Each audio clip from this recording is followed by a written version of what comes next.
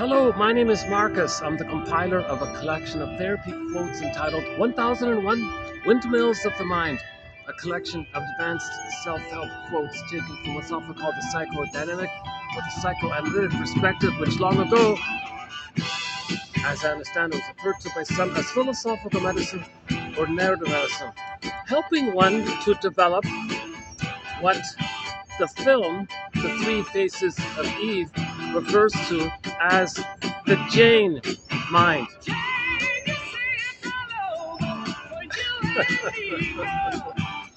So this song, okay, the title, so the most, I'm sure a lot of people are familiar with the song Jane.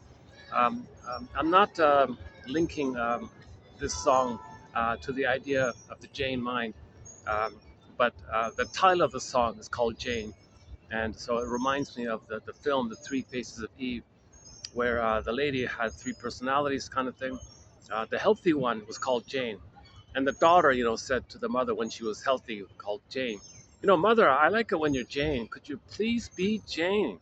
You're reasonable. I can grow and be myself. It's fun. I like being around you. I feel safe around you. I feel my connection to myself. I feel your radiance and acceptance. Please, mother, be Jane. I don't like it when you're Eve. So the other two are Eve white and Eve black, the splitting, the either or, oppositional. I don't like it when you're Eve. I don't like it when you're Eve white. You're too grim and depressing. Brings me down. No, I don't like it when you're Eve black. You're too dangerous and wicked kind of thing.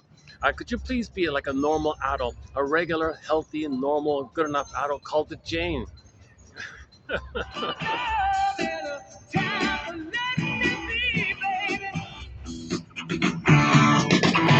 Jane, your favorite game called. Call out to get by its real name. Make him believe that you just don't feel the same. Oh,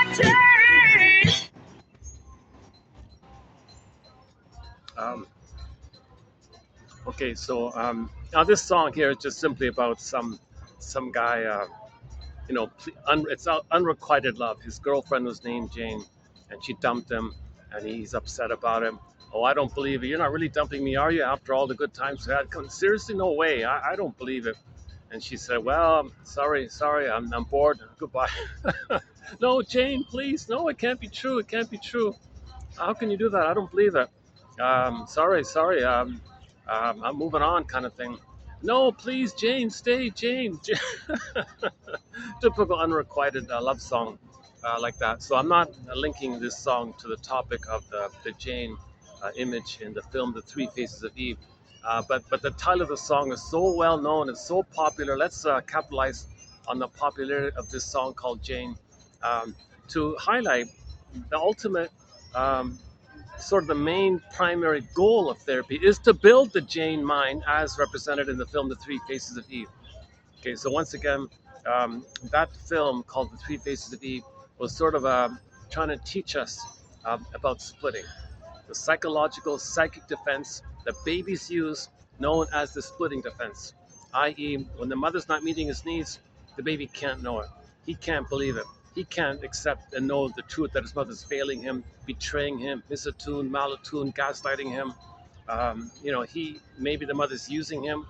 Maybe the mother wants to shame the baby because she's trying to remember that she'd been shamed, but she forgot, so doesn't remember. So she's trying to remember in her attempt to try to remember that she'd been shamed. But her mother, she shames her own baby in an attempt to remember. But since she doesn't remember, she shames the baby.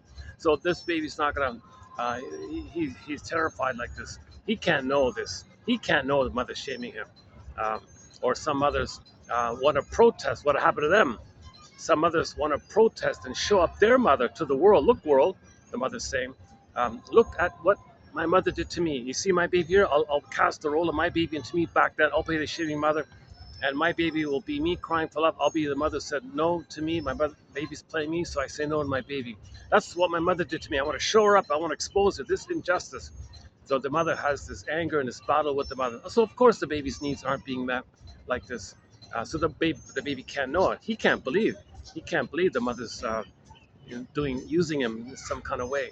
Or some others have the expectation that since they didn't get their needs met with their mother, they turn to the baby, you meet my needs. Baby can't believe this. No way, no mother would do such a thing. Mothers are there to meet the needs of the baby, not the other way around. They're not going to know and believe this. But when these kinds of things are going on, oh cunning tale, okay, a great hope fell. The baby had a great hope. It fell, crash. You heard no noise. The wreckage was within. His soul turned to stone. Echo turns to a statue. Okay, Snow White's in a coma. Rapunzel's in a tower. Okay, the Maiden King morphs into, well, she's a princess, but the princess symbolizing the beingness morphs into a swan, and the soul flies away. Okay, the golden ball goes down the well. Joy and Sadness, an Inside Out film. Um, Inside Out 2, film of the year for 2024. The characters, Joy and Sadness, oh, and in the first film, they got zooped away. So that's like the feelings related to beingness. The child, um, he's that's the byproduct of when the mother's not meeting his needs. He's got to protect his soul. So the soul's going to be frozen, petrified, turned to stone, numb. The image is the pin goes in the collar, under the collar. It's called flat affect. Okay, the jargon is athymolexia, no feelings for your words, or alexithymia, no words for your feelings. Okay, the imagery in myths and fairy tales is the princess representing her beingness, okay, is gone somewhere, lost or morphed or disappeared or hidden or wounded. Or, it can morph into an animal, it can morph into a bird, it can fly away. This motif of some kind of symbol of our beingness being unavailable to us, this imagery can take thousands of ways and forms. So if the baby can't know that the mother is using him, there's no way he can admit that. There's no way he can actually believe that's what's happening. Okay, enter the Twilight Zone episode entitled "Need to Know." It's a parable, in my opinion, of this issue. So in the parable series, Twilight Zone, you see some kind of like farming community, and there's some kind of quote unquote truth going around, and it's being whispered around like this. And when people hear the truth, um, they have to check themselves into the loony bin. They lose their mind. They're schizophrenic. They don't know reality anymore. It's overwhelming. They escape in the mind. They got to fly away in the mind. They can't be in reality. Or the baby wants to protect his mind. He wants to protect himself somehow. He doesn't want to become psychotic or autistic, or he's got to protect himself. He's got to protect himself. So he can't know the truth. Okay, because if he were to know the truth, okay, go to that Twilight Zone episode and see what happened to those people when they learned the truth. That's a parable for this issue. Since the baby can't know the truth, enters psychic splitting. Okay, he sees the mother as a monster, a cyclops, a boar queen, the wicked queen in Snow White, any kind of frightening minotaur, sea monster, any kind of guy with the horns, any kind of frightening entity that's enraged and wants to gobble him up.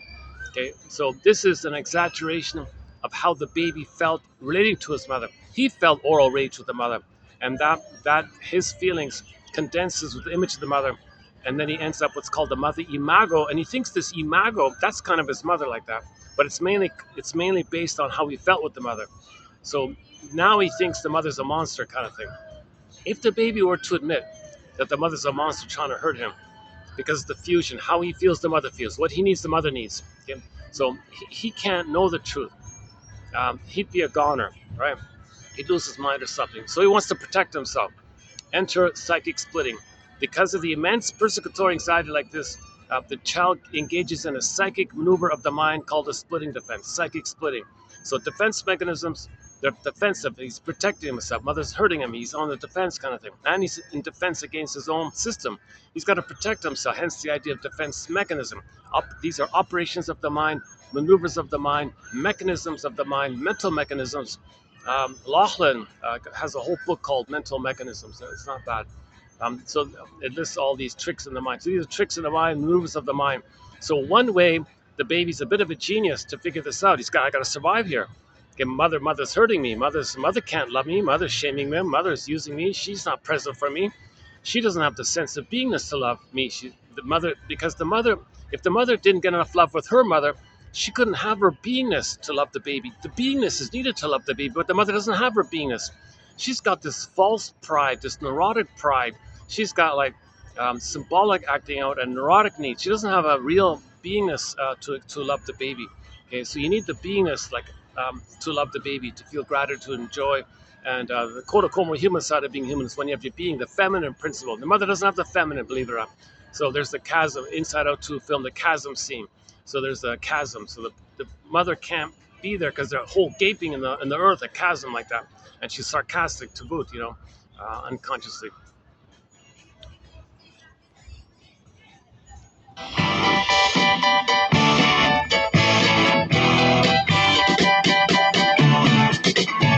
Take a playing a game you never can win, girl. You stay in the way, so I ask you, where you been, baby? Like a cat and a mouse, from door to door and house to house. Don't you pretend you don't know what I'm talking about.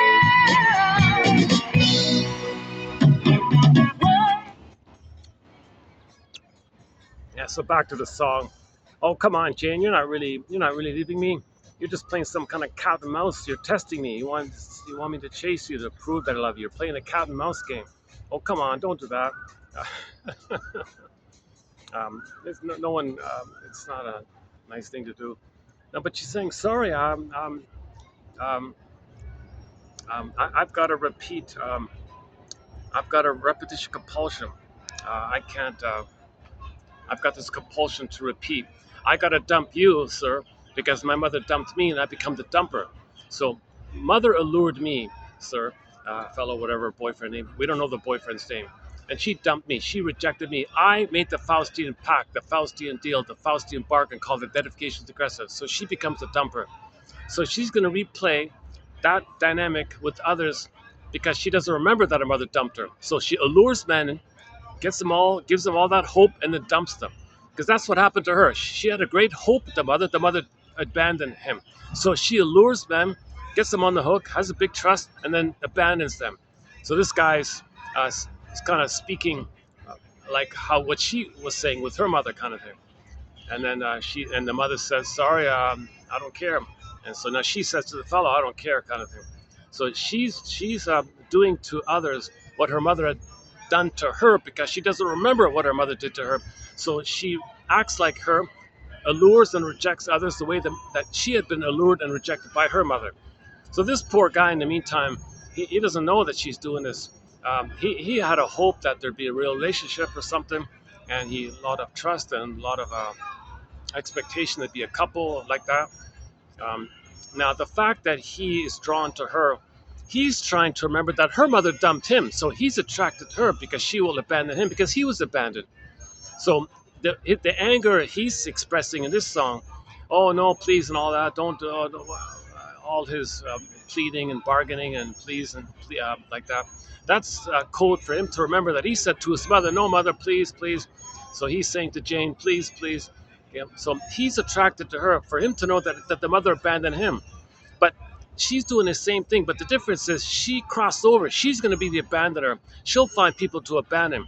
While he simply plays the one who is abandoned, finds women who abandon him. She steps and says, "Fine, I need someone to abandon." He says, "Good, I need someone who abandoned me." So they're both replaying what happened to them in the past. Okay, when there's trauma, we repeat, trying to get a better past, trying to remember. We're stuck with this curse. We're repeating. So when there's trauma, we repeat with the fantasy that we can change the past, undo the past, correct the past, get the love that was needed in the past. So if you don't remember, well, that's sort of the positive attention of why our people are repeating. They have this kind of hope that since they're in the past, according to that brain's point, from that brain's point of view, that mammalian part of the brain doesn't know time. From that mammalian brain's point of view, that has all the energy and compulsion. From that point of view, it's trying to get a better outcome for the past. That's sort of its positive intention. But from the conscious ego's point of view, or the unconscious or the soul or the system's point of view, it's trying to make you remember that's what happens. You got to be an inference maker. I mean, you got to make the inferences. You got to be a detective, psychological detective, make inferences. You got to make inferences. So this guy here who's being dumped by Jane, maybe it happened before, maybe it'll happen again. If this is a pattern for him, he's got to make the inference that his mother dumped him or abandoned him. Now the woman here, Jane, she's got to make the inference that's what happened to her, but it's so painful to do it, to be the passive victim. So she makes the Faustian bargain and dumps others. So it's harder for her. Well, her version of it is she's got to say to herself, gee, am I doing this to others for me to know that that's what happened to me? Okay, so it's a little more complicated with Jane. The fellow here is a little simple. It's painful for the fellow, but the Jane case, it's way more disturbed because she can't accept the feeling. It's harder for her to admit the feeling that her mother abandoned her. She's become the abandoner, so she's more resistant to knowing the truth. So she's just addicted to playing the abandoner. And now you got this issue of addiction and schadenfreude and the power junkie status, and she has no reason to admit the truth the mother dumped them because she's too addicted and powerful and gleeful on a high, so to speak, of dumping the fellows. So every time Jane dumps the fellow, she feels like a notch on her belt buckle or something, like a little conquest. Like she feels a little proud, like this. All those nights we spent together. Hey, hey. Oh, living far, didn't know better. I gotta go. Hey, you're playing a game, playing a game, playing a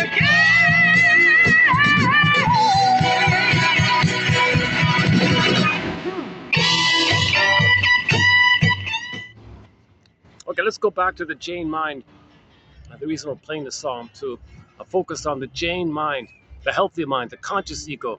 This is a mind that does both and thinking. It's beyond either or thinking. Okay, so it's a new, advanced, three-dimensional, deeper, vertical thinking that sees the two sides of the coin. I mean, the person can recognize that the two sides to the story. That's looking for the third side of the coin that holds the other two sides. Oh wow. Okay, you don't hear it, but the speakers in the park here are playing "Wait on the Water." To my surprise, yeah, in a harmonica. There's a harmonica version of "Wait on the Water" playing in the park. This phone does a weird thing. It blots out all background noises. You don't even hear it. You don't even hear it, right? If there's people beside me talking, you wouldn't hear it. It's really amazing, this phone. But I've got a lot of noises all around me, including these speakers here. It just stopped, yeah. Oh my goodness, that's not a bad song there. That's my favorite tune so far. The harmonica version of "Wait on the Water" is sort of sped up a bit. Most of these songs are. I got a very late start here today, so this will be a kind of a shorter video. I won't do my usual kind of introductory material. We've just completed a discussion in the past 4 videos, I think, um, a preview of upcoming quotes on the fairy tale Snow White. So coming up soon, we'll be doing a 4 video special run on the psychological interpretation of the Snow White story. And I kind of just completed a preview of it just to get myself familiar with it. And then we'll be doing it, more officially, so to speak. So that's an interesting discussion. I highly recommend the past 6, that was done over the past 6 videos. That's one of the guards. The past 6 videos done in the park, just done over there. Somebody's in my spot. I couldn't use it today. Luckily, the guard lets me use this side. Yeah, I can't use the indoors, unfortunately. Wouldn't that be nice to use all that space in there? Jeez, no way, sir. But we'll compromise. We'll give you this little outdoor walking path here.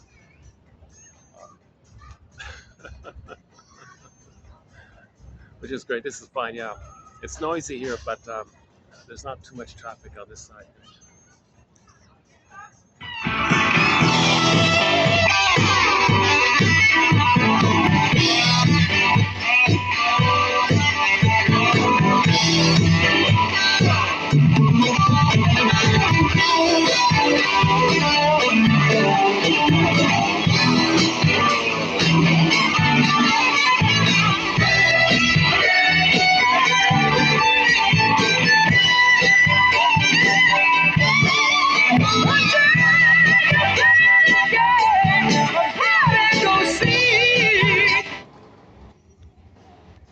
Okay, so part of the healing journey is to build this Jane mind.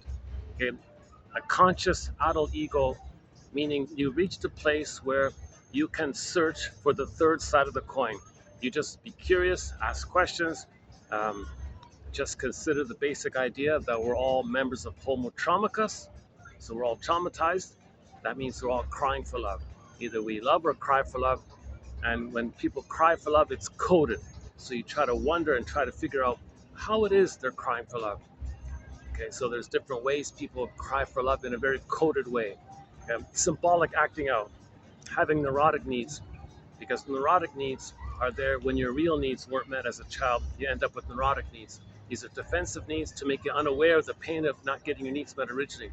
Now you end up with neurotic needs: smoking, drinking, acting out, acting in, psychosomatic symptoms, manic defenses, um, doing things over and over, OCD, any kind of um, uh, if you're doing something to get away from pain. um,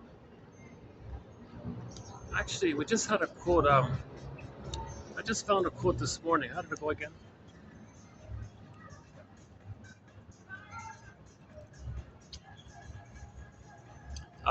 Something to the effect that when you're about to engage in some self-defeating moment, like the guy who reaches for the beer or something, um, or he's a little nervous or something. Okay, that's to repress your feelings. So just to be aware that the reason you're doing something like drinking, smoking, is because you want to repress the feelings. Okay? That you're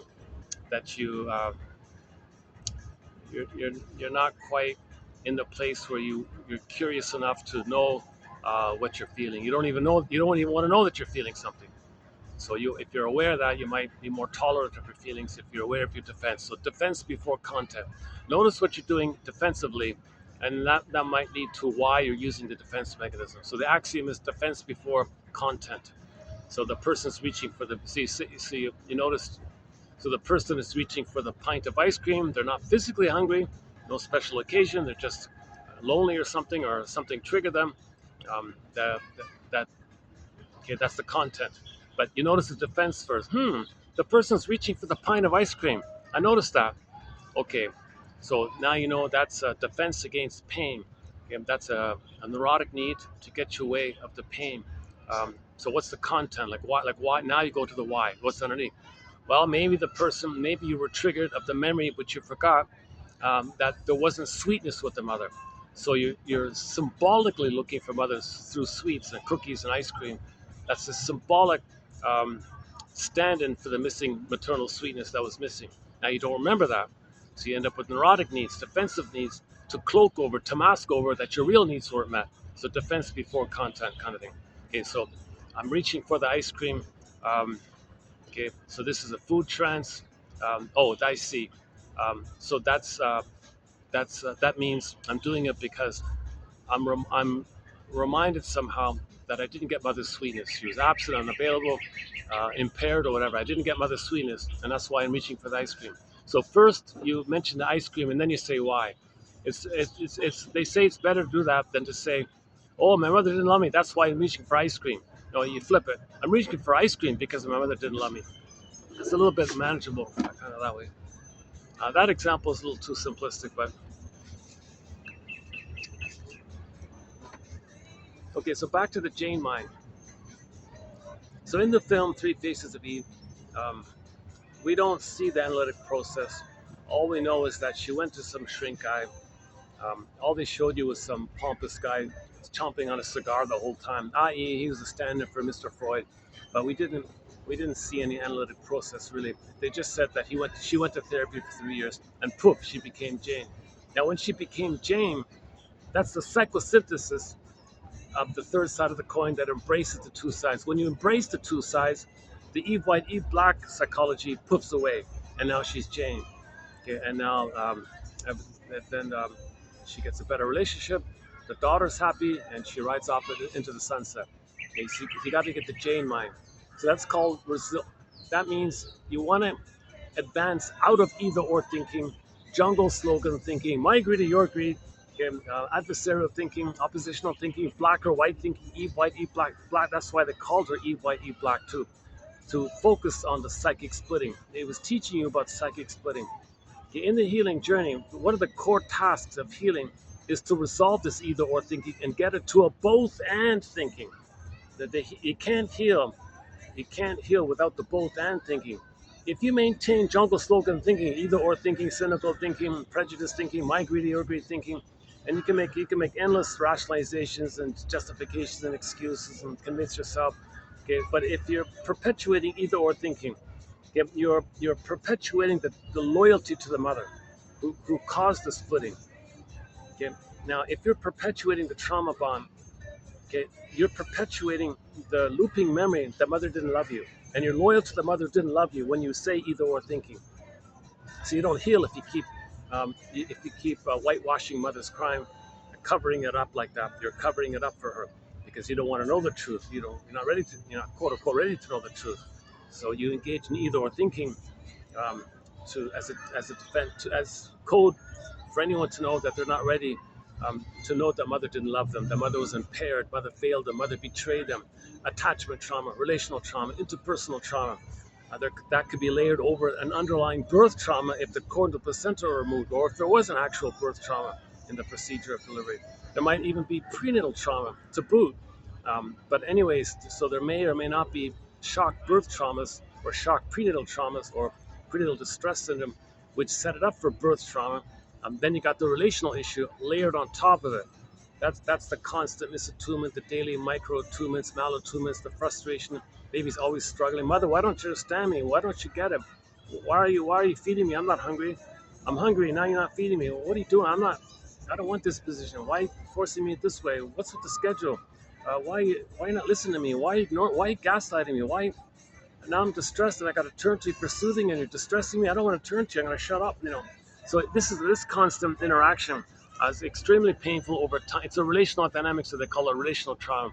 Now the relational trauma, it's not a shock trauma, but it accumulates, and you engage in defense mechanisms around the relational trauma, and that personality functions as a sponge to repress the pain of the relational trauma. Okay, and that's of course a sponge over the birth trauma as well.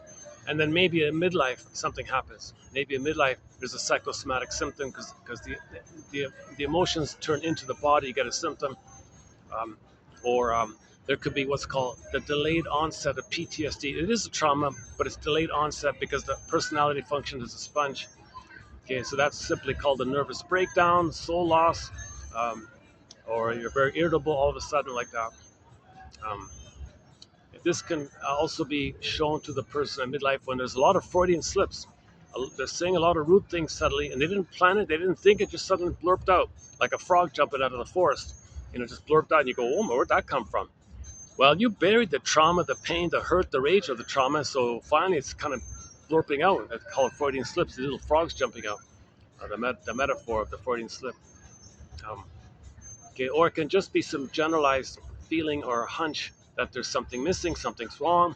Why isn't joy at the console? Why can't sadness be at the console? There were losses in life. Why did the person ever admit a loss? Why do they have complicated grief, aggravated grief, the derailment of the grief process, the inability to mourn, pathological nostalgia, melancholy? Why don't they grieve? Why don't they feel sad about a loss? Well, you need a beingness to feel sad about a loss. If you don't have the beingness, you can't admit a loss. Okay, so that's a trauma to not have your beingness. So a clue to not having a beingness is inability to mourn. That's a huge one, right? That's a major thread in our collection. So splitting precludes mourning, Rinsley says. That's one of his main lines. Splitting precludes mourning. So maintaining the splitting means maintaining, um, the loyalty to the mother who traumatized you, and you don't admit that she traumatized you. Then, but since she did traumatize you, you engaged in splitting. So if you perpetuate either or thinking, you're perpetuating the underlying premise and loyalty that the mother traumatized you, i.e., you don't want to know that she hurt you. So when you engage in jungle slogan thinking, you don't want to know your mother failed you, she hurt you. You don't want to know it. So anytime someone habitually engages in very cynical thinking about others, my greed, your greed, you know, um, a lot of this dark humor, black humor, put down humor, shadow party humor, that's from that kind of place. It's called the paranoid schizoid position humor, Melanie Klein's theory. Grotstein talks about how we can identify the trauma by the humor. So if the humor is kind of dark like that, you're always putting others down. Well, that's your own soul you're putting down. In the Faustian deal, you shame your own soul to have the mother's power. So to be the active speaker of these negative jokes, that's the power like that. You're shaming your own soul. Now, you don't want to feel that. So you need someone else to shame to not feel that you're shaming your own soul. You need someone else to laugh at or mock or hate so you don't feel that you're doing that to yourself because you've identified with the aggressor. But the deal is you got to sell your soul. Too painful to always sell your soul. To make yourself unaware that you're selling your soul, you find proxies, others to stand in for you. You think others are you, and when you shame them, it makes you unaware that you're shaming yourself. Okay, this dynamic is called externalization, projection, scapegoating, blaming. It's like a very outer kind of focus to make you unaware that it's with them. So the slogan is the guy said, "I need somebody to hate, to make me unaware that I hate myself. But if I hate others, then I'm not aware that I hate myself." He does hate himself, but he doesn't want to be aware of it. Hence the tension, hence to blow off steam, the need for scapegoating like that. Oh yeah, we got a quote coming up about scapegoating. How did it go again? It's sort of a traditional quote, but I think it's worth including in our collection. So we have 10,000 quotes in our collection. So we'll be adding a new quote on prejudice. So what are the topics? Is prejudice. So we've got 62 topics, one being prejudice and scapegoating sort of in there. How does it go again? So the story was some kind of Iago type, some kind of hedge fund manager, somebody who wants to plunder a place, to pillage the place, right? So people give him their money. Hey, we want more money. I'll give you 20%. Give me your money. Yeah, I guess all the money. Okay, so now he wants to plunder a place, put them in poverty, get the locals who are impoverished to hand over the goods. That's how they pillage and plunder like that. So this guy gets all this money from quote unquote investors or something, right? And then he's the organizer of deciding which place he's going to plunder, which place he's going to pillage, right? So how is he going to do? He's not going to directly do it himself, right? He needs flying monkeys. Okay, Wizard of Oz. He needs flying monkeys. Now, the selection criteria for flying monkeys, from Iago's point of view, or this detached, cynical person in the background who feels he filled with ennui, filled with envy and envy, doesn't care, indifferent, that kind of stuff. And he needs to be greedy and envious, and he needs to see goodness destroyed, because mother destroyed is goodness, and that's his connection to the mother. He's got a huge mother complex. So to be loyal to the mother, to have a mother, he's got to act like the mother, and the mother was envious towards him. From his perspective, he identified with the envy breast. So to have a mother, he's got to be envious. That's sort of part of the psychology of pillage and plunder. So if there's goodness out there, you want to see it damaged, and the greed part, you want to take it. So he needed a bunch of flying monkeys or something. So he looked for flying monkeys. He looked for people. How did it go again? He looked for people who didn't know themselves, who didn't want to know anything shameful about themselves, anything unpleasant about themselves. And these flying monkey types, what they want, what they need to do is repress it. They don't want to know it. They don't want to know that mother shamed them, mother was dangerous, mother was hurtful, mother was quote unquote bad, and all this. Mother was dangerous. They don't want to know that stuff. Okay? So it's too much. So when there's too much repression, okay, there's going to be projection. So they need others. These flying monkeys want to see their own denied traits onto others, and they think that if they get rid of, quote unquote, get rid of the others, they're getting rid of what's that which they're saying about others. They think they're getting rid of it within. No, it's just being repressed. That was sort of the point. Okay, so when people project, if a flying monkey, so if Iago says, "Hey, flying monkey, those people are bad." Really, they're bad? Okay, so the monkey, yeah, give me their stuff. I'll give you commission. Fine. He's all excited. He likes the money. That's agreed. But he likes to damage others who possess in his projection his own traits that's denied to him. So let's just keep this simple. He feels bad, right? So Iago tells the flying monkey type, "Okay, look, they're bad over there. Really? Oh, good. I want to get rid of my badness." So if they hurt those other people, innocent people, in their fantasy that they're bad, the flying monkey thinks he's going to get rid of or expunge his own badness. Nonsense. All he's doing is repressing it. He wants to be unaware of his quote unquote shame and badness. So he projects it out. That's the scapegoating phenomenon. Others can possess it. He thinks it can go away, running away with the goat. He thinks it's going to disappear with the goat kind of thing. No, nonsense. It's just a fantasy, a defense to distract you, to make you unaware and repress that it's within. Okay, that quote's coming up. I'll read it properly when we get there. Maybe 10. I'm around 10 pages behind. I'm still playing catch up. I've got a bit of a backlog of quotes. I'm kind of rushing to play catch up, so I've got a little overlap here. So let's see if we can build a Jane mind here.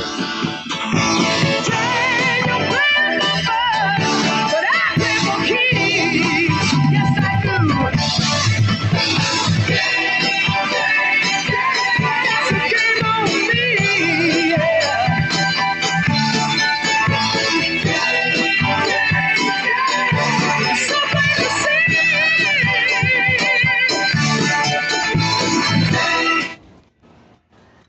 Okay, let's continue our soul searching here. Glenn Fry's song recently played. We recently played "Soul Searching" by Glenn Fry. We're doing some soul searching. Now let's focus on the idea that we want to build the Jane mind. Again, the Jane mind means the conscious adult ego, the reasonable ego. It's a mind that's three-dimensional, that sees that is empathy for self and others. You see how others are crying for love in a coda way, and you can be curious about that. You accept that we're all members of the same family, human family, earth family, but we're traumatized, we're homo traumicus. And remember, when people are traumatized, they're going to project to make them unaware that they're repressed. Okay, sidebar here. In the healing journey, the idea about projection is that it's the means to bring your own repressed material up into your consciousness. Projection is called a mirror. Okay, it's called a mirror defense. Look in the mirror, it's within. So the things you're saying about others, that's for you to know that you're talking about yourself. Okay, prejudice is confession, basically. So the linked, one of the linked audio visual for this is the Forbidden Planet, the science fiction film entitled The Forbidden Planet, 1956 film. That whole planet, it's a machine planet. It's like a mechanical planet up there in the science fiction world. It's a symbol for the unconscious. Hold on a second. Let's let these people pass by here. Hold on a second.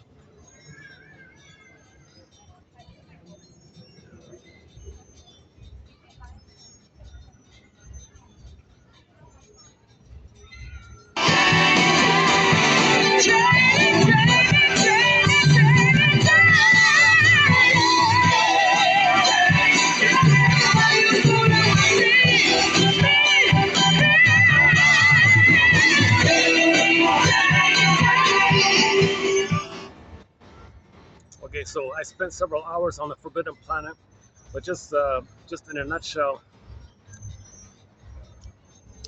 there's a guy on it named Mr. Morbius, and he is like a linguist kind of guy. He's trying to understand the language behind the machinery of the planet. Okay, that was symbolic of we're trying to interpret our dreams. We're trying to get to know our unconscious. We're trying to understand the language of our unconscious. So he was trying to understand the language of this planet, which was built by ancient aliens who were millions of years ahead of humans, kind of idea. But this planet has the ability to make you see what you don't know about yourself. So if Morbius was angry, you know, that planet would manifest an id monster, monster of the id. Okay, so now Morbius understood the idea that if he was conscious of something, the planet might make it materialize it. So the idea is science fiction, you have a thought, you see it, poof, it's there. But the lesson of the film, the point of the film, was what about the unconscious? What if their unconscious wishes, thoughts, feelings? Well, poof, it'll be there. Those poofs that are there are called id monsters, monsters of the id. What's the id? The elementary elements, the elementary bases of the unconscious, the energy of the unconscious, all that energy devoted to the memory of the timeless loop trauma that your mother hurt you, and all the energy is built up there. So it's kind of powerful like that. That's The energy is not available for your conscious mind because there is no conscious adult mind. There is no beingness. So where's your life force? Your life force is in this trauma circuit, and it's hurtful like that. Okay, so if Morbius was angry, um, Morbius was angry at some guy messing with his daughter, kind of thing. Now, unbeknownst to him, an id monster appeared to attack the guy. Now he didn't know this monster um, was created by his own unconscious. So the planet was a symbol for Morbius's unconscious. Morbius was some kind of professor guy alone on this island, basically, and he's trying to get to know this island, and this island has the power like an unconscious or a person does. So, then there were visitors, and he was angry at the visitors, and then these id monsters would attack these visitors, and he didn't know these id monsters were created by how he felt with the presence of those visitors, okay, that kind of thing. So the point is, these id monsters, these beast images, these monster images, okay, they're pictures of your anger. Okay, so you see a monster that's a code for your own feeling. It's not some external thing coming to you. That's the point. When people don't have any link to themselves, they think it's some external thing. That's a defense against the the hard work or the courage or the bravery needed to know that's just you're talking about your own feelings. So when you scapegoat, say, oh, they're this, oh, hold on a second, they're this or that.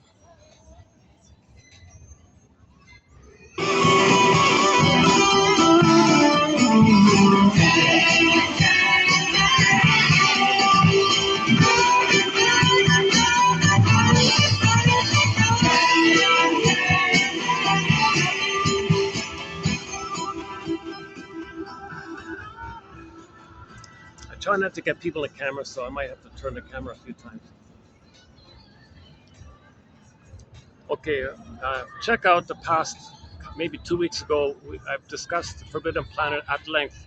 I went through all the different parts about it, um, and we posted several good quotes about it, including quotes from the film itself.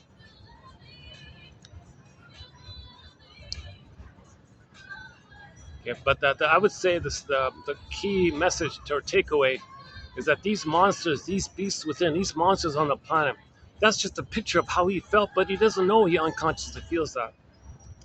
Now, if you don't know it, the tendency is you may be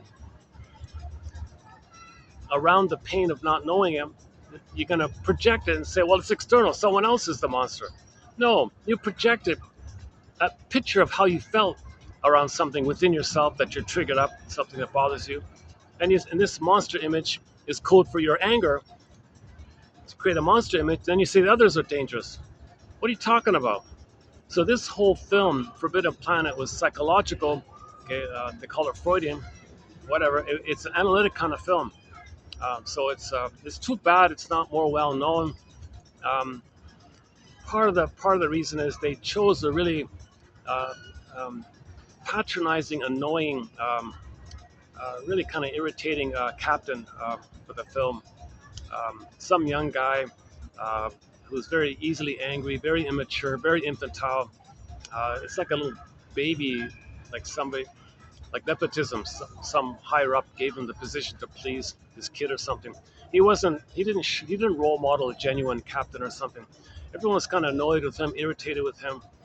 So I think that's part of the loss. I think that kind of sabotaged the success of the film personally. The choice of the captain there. Um, he was boring. You'll get bored with him. You'll find him quite boring. Maybe not in the beginning because you don't know what's going on, but after a while, oh my God, very predictable, very infantile, very boring, very simple-minded kind of thing. Someone had another theory about why the film isn't better known, despite all the money put into it, um, and how it was kind of meant to be like a Wizard of Oz kind of film, like a major film. Was somebody complained? Um, Somebody complained that people would be triggered at the idea that the monsters are from within, the id monsters, because they use the word id in the film several times. Monsters from the id monster. What's the id? What's the id? What are you talking about the id? So they refer to the id, meaning the energy of the unconscious, the elementary basis of your unconscious, the energy of your unconscious. That's the id, right? Just the energy of your unconscious, to keep it simple, I think. So people watching this film might it might pique their curiosity to look into psychoanalysis. That's self-awareness, and maybe someone is triggered by this idea. I don't want to be self-aware. There's too much pain to be self-aware. So they crushed the whole advertising promotion for the film and just made it silly. Okay, fine. It's not a good film. It's not an intellectual film. It's just some pitiful B film. Look at the advertising poster. We got Robbie the robot holding the girl in his arms. Just some silly little thing. And then people, so the intellectual crowd were pulled away from it. Everyone else thought it was a B grade film, B grade movie. So it kind of got ignored like that. The combination of the gearing the promotion in a certain way to distract people. Plus, I think the captain was immensely boring. You put those two factors together, it's a barely known film. It's considered a cult, quote unquote, cult classic, right? Just a few people caught it and appreciate it. I just found it myself like a month ago, and I've been enthusiastically talking about the film Forbidden Planet. Um, how that whole planet is a picture of your unconscious. The power of that planet that manifests its wishes, that's kind of like um, if our unconscious has these emotions, the imagery might be like a monster, code for your anger, monsters from the ids. So on the island, you saw the monsters that was created by the unconscious. It wasn't some external thing arriving that's nothing connected to you.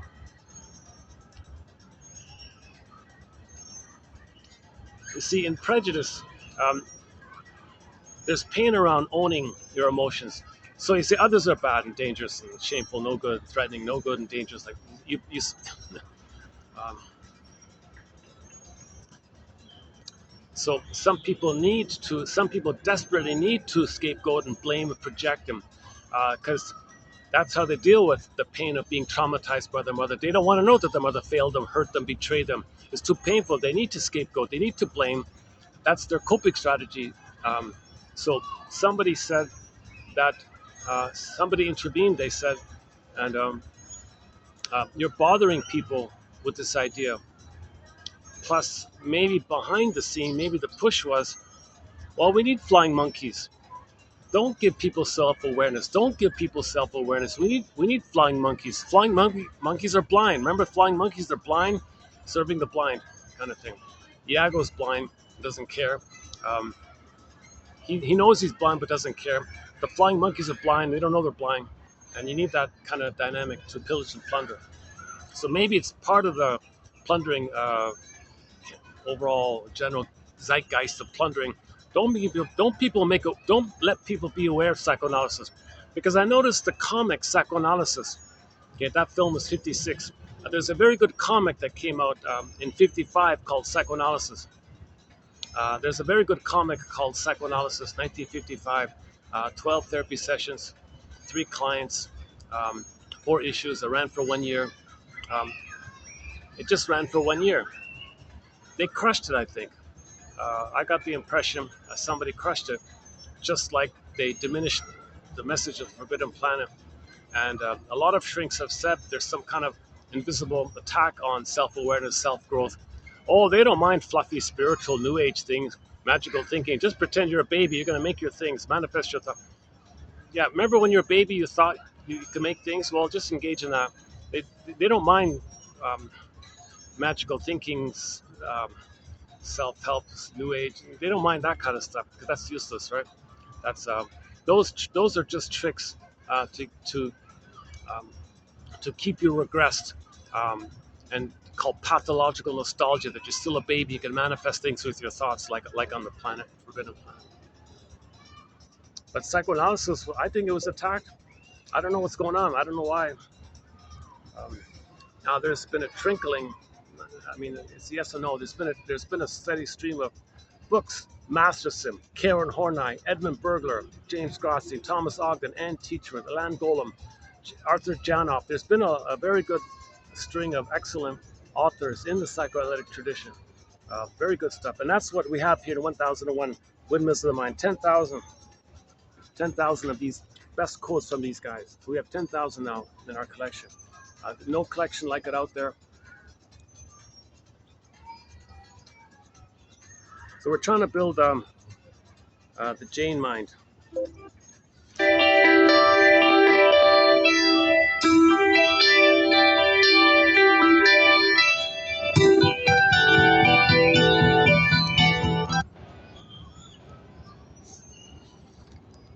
What happened here? Oh, I got a loose wire on this. Yeah, I got a loose wire on this thing. This wire keeps.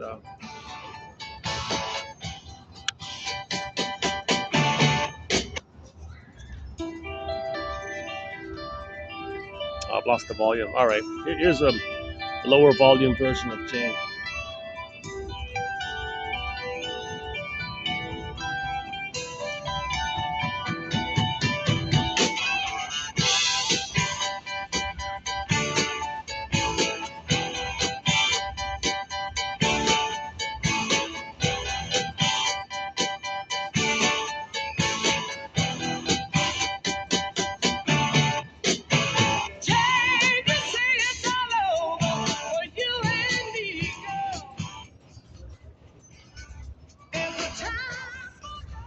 Okay, let's continue to help build the Jane mind. Again, I don't mean it in terms of the song, in terms of the film, The Three Faces of Eve. She was healed when she developed, when she became Jane. And Eve White and Eve Black were no longer. That was loyal to the trauma. That was stuck in the past. Eve White, Eve Black means she was stuck in the past, replaying the past, either as the frozen victim child or identification with the aggressor, the Eve Black one.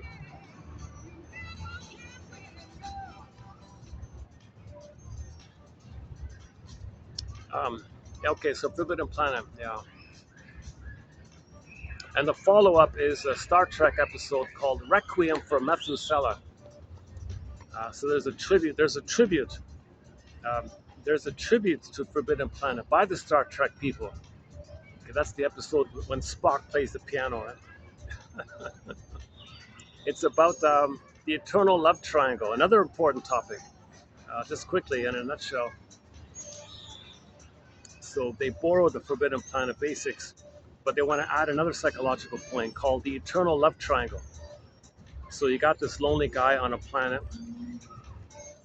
He's um, he's 6,000 years old, the 6,000-year-old man.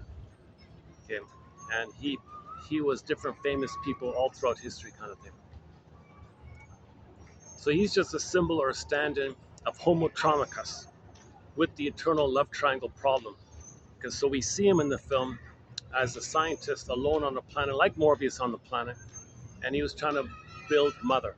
He was trying to build a perfect robot, a perfect woman, a perfect mother, a perfect female, like that. So he spent his whole, for 6,000 years, he's been looking for a mother. Requiem for the suffering of our condition of being Homo traumicus, the suffering of being traumatized version of ourselves. So requiem for Methuselah. Methuselah is just some symbol or code for our suffering for the past 6,000 years. So the requiem is the music or the song of how we've been in pain for the past 6,000 years as a traumatized version of ourselves called Homo traumicus. Okay, anyway, so the scientist guy, Mr. Flint, is that right? He was trying to build this perfect robot named Raina or something. And then the Kirk guy and team arrive on the planet. Just one look. That's all it took. Oh, just one look. So Kirk sees the beautiful robot woman. Just one look. He's spellbound, trance, fixated. There's mother, perfect, spellbound, bliss, oceanic feeling, oceanic oneness. Gotta have her, mine.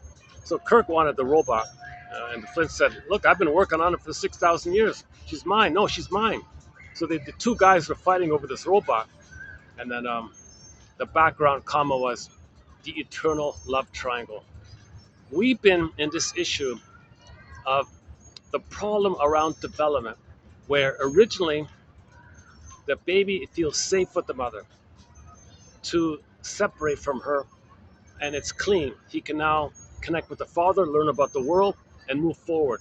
But if there's a problem with the mother, and he tries to transfer that problem with the mother onto the father, what a mess. This mess is the eternal love triangle because the father cannot do what the mother should have done. Now, this mess gets transferred throughout the person's life for the past 6,000 years, Spock playing the Requiem. The suffering of this eternal triangle, the mess and the pain of this dysfunctionality, um, that's the code for this issue. Okay, two grown men. Now, some people might say, well, Kirk is the baby, Flint was the father, the robot was the mother, and baby Kirk wants the mother. Get away, father. Okay, forget that. It's not that. Forget that. I think forget that. Flint, the 6,000-year-old man, currently called Flint in the film, he wanted the perfect mother. He never got it. Baby Kirk arrives, same thing with him. So the 6,000-year-old man was looking for a mother for the past 6,000 years, and got current, present day Kirk looking for a mother. So it's the eternal, timeless problem called the Oedipus complex, Jocasta complex, Laius complex, Electra complex. These complexes simply mean the mother was impaired. She wasn't able to love her baby. The baby's unmet needs get transferred over to the father, but the father cannot meet the needs of the mother. So now you got this mess of this eternal triangle: child, mother, father. It's supposed to be a little bit linear, right? Baby is loved by the mother. Thank you, Ma. I'll take it from here. Hey, father, teach me about the world. And then the father guides him and protects him and shows him about the world, kind of thing. Okay, thanks, Dad. I'll take it from here. And then he connects with teachers and mentors. Okay, thanks, teachers and mentors. And then he kind of can be on his own. Now he's an adult. He'll be an elder. As an elder, he'll be generative and help the next, help others like that. So he goes through this kind of developmental process.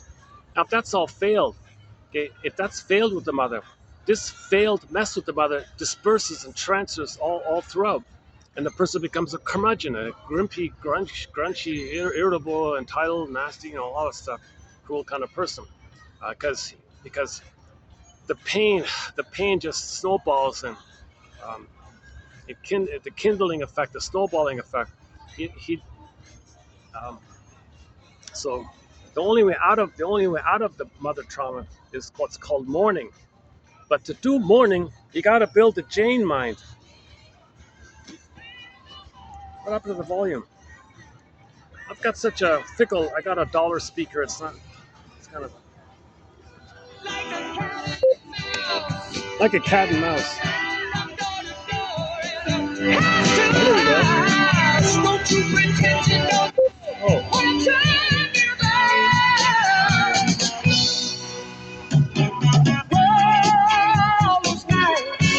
We spent together. Hey, hey. Only because didn't know better. I gotta know. Hey, you're playing a game. Playing a game. Playing a game.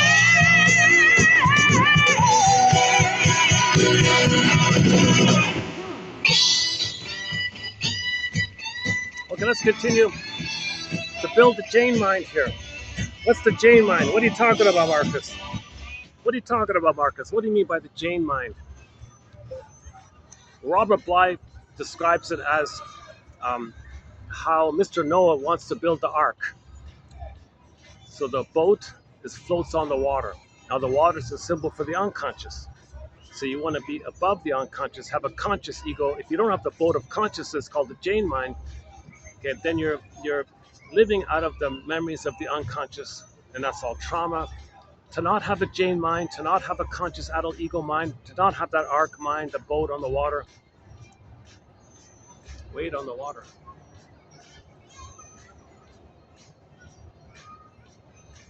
Okay, the boat. So that's the Jane mind.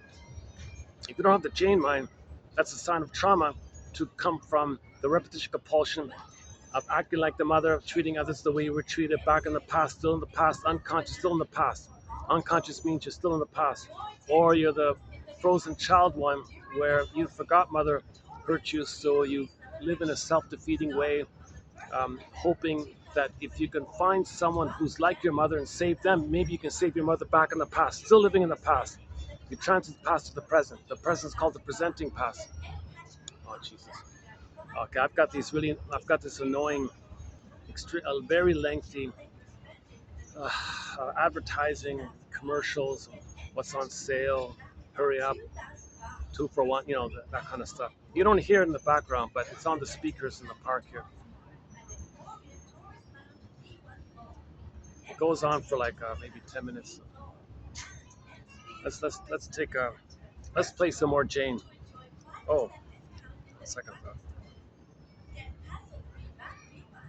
Oh my battery died on. Look at that.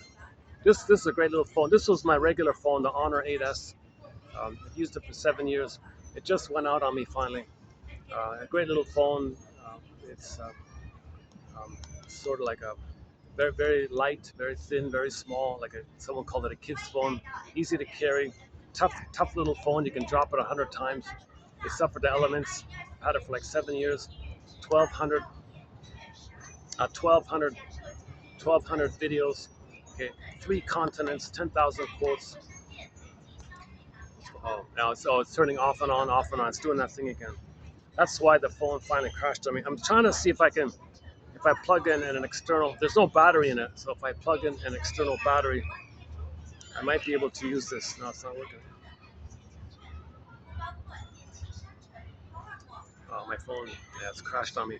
Okay, no more music for now, I think. Maybe I have to reset the whole phone to get the music back. Look at that, it just keeps flashing on and on. Off, flashes on and on. Let me see if I can just.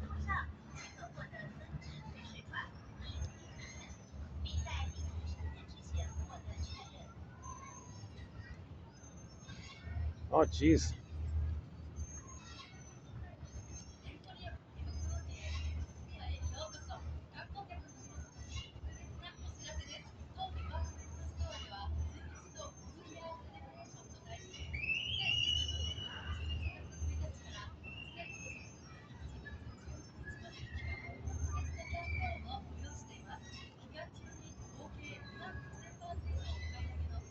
It's still doing it. Look at that. It's still just flashing on and off all the time. So I'm now using this budget phone, this new phone. It's a bit of a brick what I'm holding. It's 2 to 3 times heavier. It's 20% taller, wider, thicker. Um, it's like holding a lead plate or something. Very heavy. This was light as a feather. This was great. Um,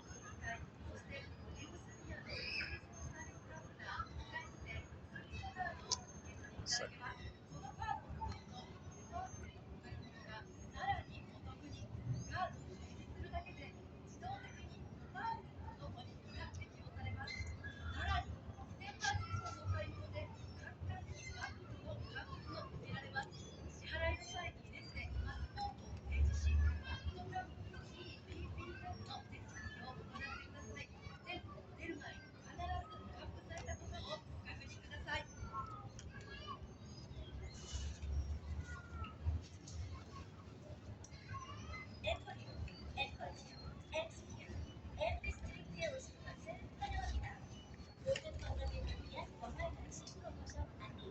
okay, let's just okay, let's so enough with the music for today. But let's hold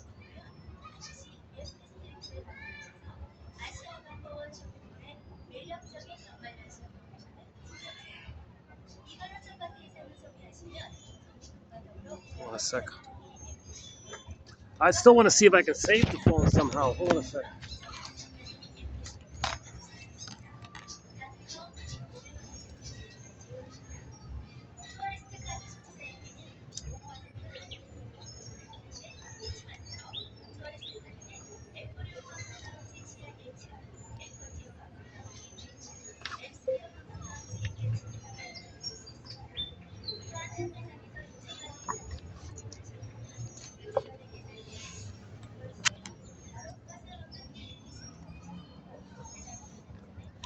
Okay, it's gonna get dark here soon.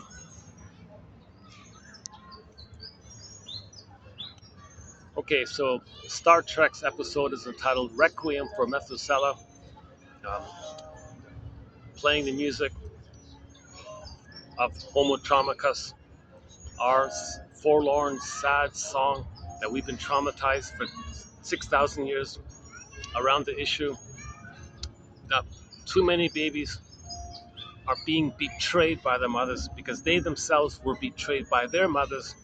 Intergenerational trauma for the past 6,000 years ago when we switched from Homo sapien sapien to Homo sapien traumacus, or Homo traumacus for short.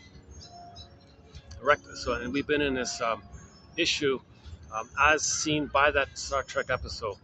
He was looking for the perfect woman, the perfect mother to fuse with. He wanted this perfect woman to read his mind, know his thoughts, meet his needs, unconditional love, unconditional mirroring, unconditional full-time 24/7 blissful union, blissful understanding. He was still looking for what he didn't get, what most babies are not getting. They're not getting a blissful oneness with their mothers for the first 4 to 5 months. Okay, hopefully they had it in the uterus. That's a good mother time. But if they're betrayed at birth, okay, that's a betrayal trauma. Okay, then they lost the paradise. They didn't get that symbiosis for the first 4 to 5 months called merging, fusion, unico mystica, unio mystica, Shambhala, Shangri-La, whatever you want to call it. This oceanic feeling, this oceanic bliss, undifferentiation. It's kind of like a psychological egg. The two are one, and he needs this oneness time with the mother. And it's a blissful oneness. If that's missing, it's frozen. He spends his whole life looking for it. And we've been in that mode for the past 6,000 years. What happened? We didn't get it. Well, mother didn't give it to the baby. Many mothers are not giving it to their baby because they don't remember how they never got it themselves from their mother. When you don't remember something, when you don't remember a trauma, you perpetuate it in an attempt to remember it. Hold on a second.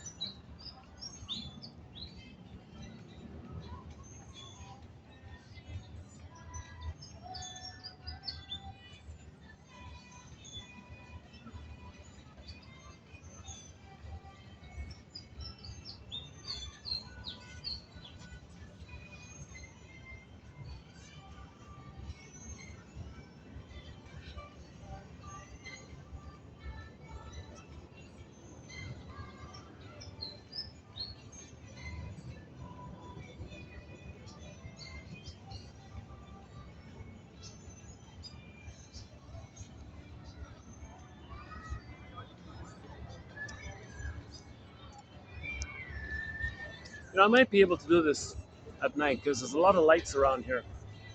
So I might be okay at night here. Let me make myself a little more comfortable here. Let me hold it. Um, this chair isn't the most comfortable.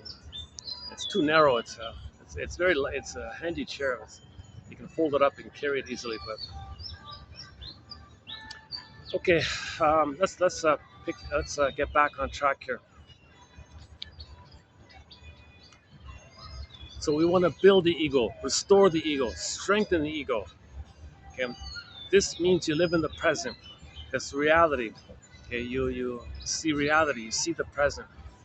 You don't gotta distort the present, twist the present, wrench the present to fit the template of the past, to see the present as the past.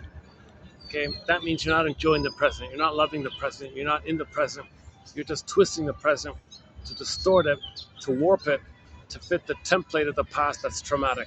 It's unresolved, it's unfinished, and you have a lens there, a template there, a stencil there, and you see all of your days through that lens. So you got to twist things to fit it in that lens. That's traumatic like that. That means you're basically, in effect, living in the past all the time. At the same time, you're doing it in a hypnotic state. Okay, so when there's trauma like that, the theory is you want to repeat the interaction with others, hoping to change the past, undo the past. Okay, so every time you repeat the trauma with the mother, with others in the present, um, and you get the same outcome, and you do it again and again, it's kind of like a watch. The Bugs Bunny and the Sylvester the cat, and what's the other one? Was it Daffy Duck or something? They had the watch there. So one author says, Think about that watch. It's like a hypnosis. Oops. It's like a hypnosis. So it's like a hypnosis. You know. So repeating, doing it again and again. It's like that watch. You're just hypnotic. You're in a trance. You don't even know. You don't even know you're doing it. You're just doing it. It's like a hypnosis. Repetition compulsion. It's like that watch. You just start repeating it. It's a simultaneous. It's a simultaneous hypnosis, and the repetition compulsion is the watch that's hypnotizing you, kind of thing. So we're stuck in the past, hoping to get a better outcome for the past. Okay, now there's two ways to repeat the past in the present. The more disturbed one, called the Faustian deal, where the baby crosses over, identifies with the aggressor, and shames himself. So in these situations, he finds others to play him back then. Oh, hold a second.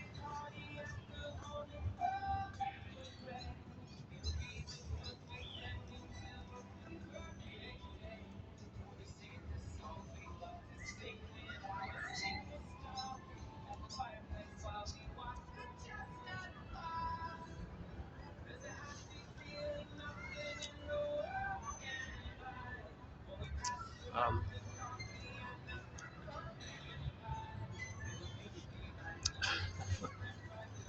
I really gotta get a pillow for this chair. Why am I telling him? So you see my anxiety. You see my anxiety. I have a fair bit of anxiety. I have not been analyzed.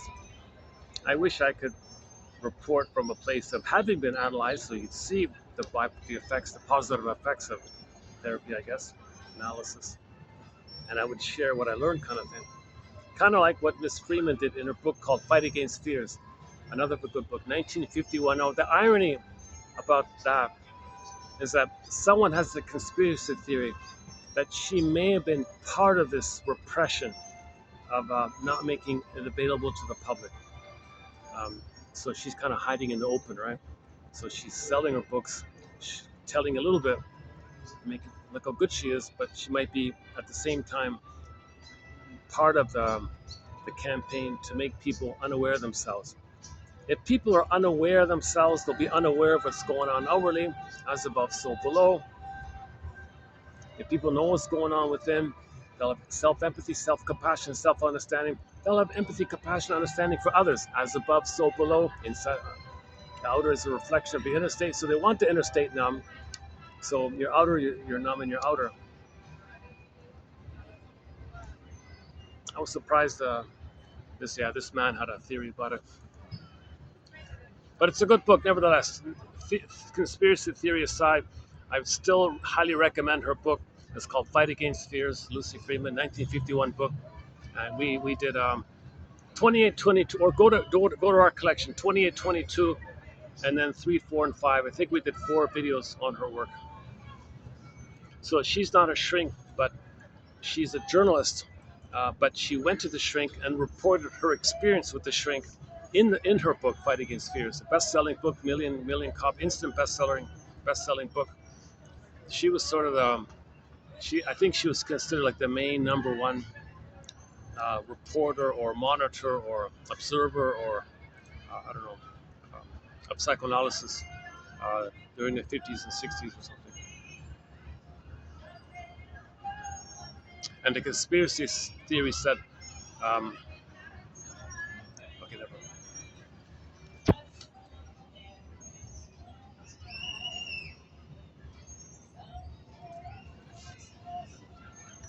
I also find it strange that Edmund Burglar, the number one most prolific author of psychoanalysis, direct into English language, he wrote directly into English himself.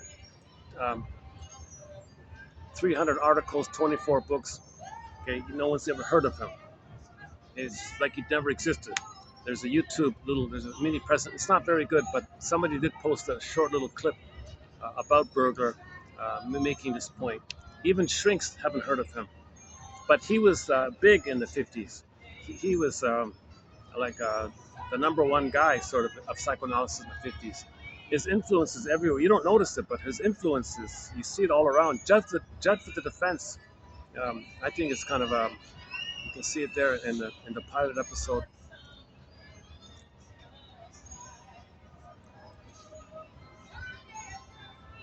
Yeah, so no one knows about, very few people heard of Edmund Bergler, one of our mentors here. The comic psychoanalysis has been suppressed. Luckily, it's available now, finally. Dark Horse Publishing, you can get it. It's been digitized, and there's a hardback. The complete run is in the hardback at Dark Horse Publishing.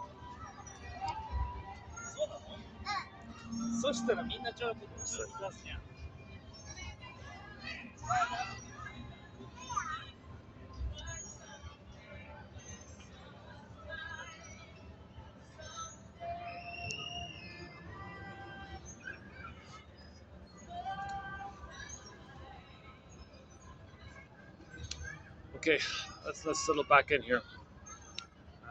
Um, yeah,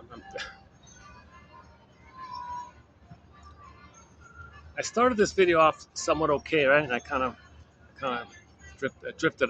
I've been drifting for the past 10 minutes here. Let's see if we can pick it up here.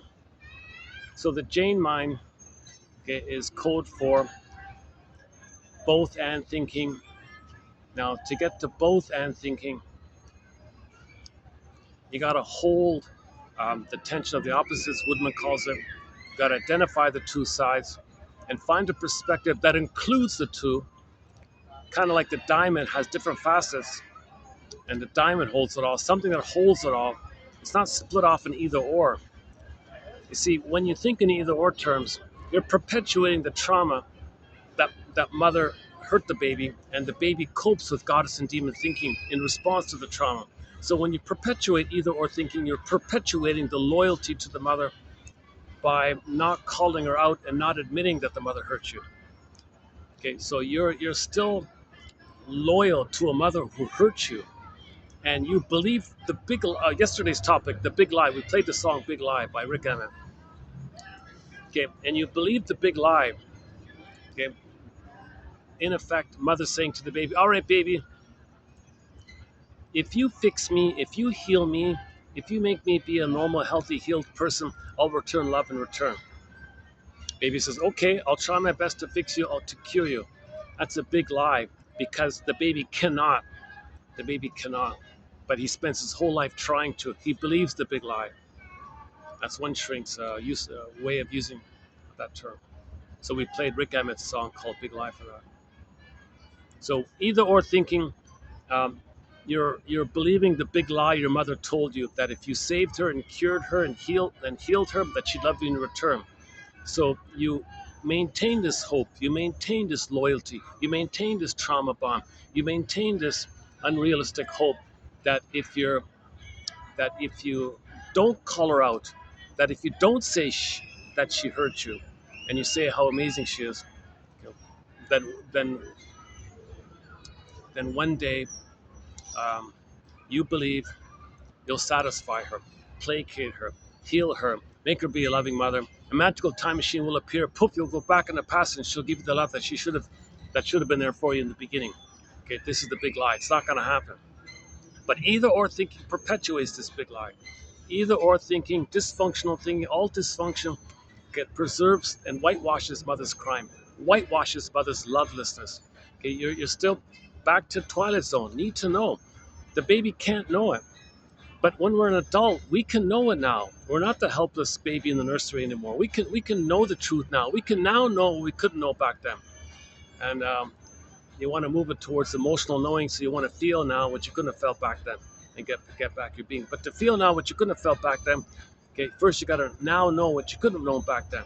That process is getting your mother's story, your parents' story, finding out their birth order, their genogram maybe, what kind of humor they had, what kind of personality they had, okay, what kind of couple imprint in their brain that they had, okay, reference here, Ann Teachworth's book, Why We Pick the Mates We Do, very important construct, and so on, okay. Now play Bruce Springsteen, Independence Day, Toronto, the introduction he gives to that song. About seeing your parents as people with hopes and dreams, disappointed, didn't pan out. They tried their best. They would have if they could have, but the truth is they were wounded, they were impaired. But if you honor them by knowing the truth about them, then you know the truth that they didn't love the baby. Mother couldn't love the baby. She didn't love the baby. My mother didn't love me? Why didn't my mother love me? My mother didn't love me? Oh my God, what a shock. Like it's this verdict of reality that makes the work of mourning so difficult. So the reality, that's the Jane mind, the reality ego. Okay, the mother didn't love you. Then you get the Jane mind. If you can say your mother didn't love you, you're free. You're free. You're dead cargo from the twilight zone. You're free from this useless burden to still try to save her. Now enter the Twilight Zone episode called One Life Furnished in Poverty, the closing narration. Okay, not one of their better episodes, but the closing narration is one of the best closing narrations. Oh, happy birthday, Rod Serling. He's 100. If he were alive today, he'd be 100 years old. 100 years and I guess about 5 days old or something like that. So the world is celebrating Rod Serling's birthday now. So I talked about that recently.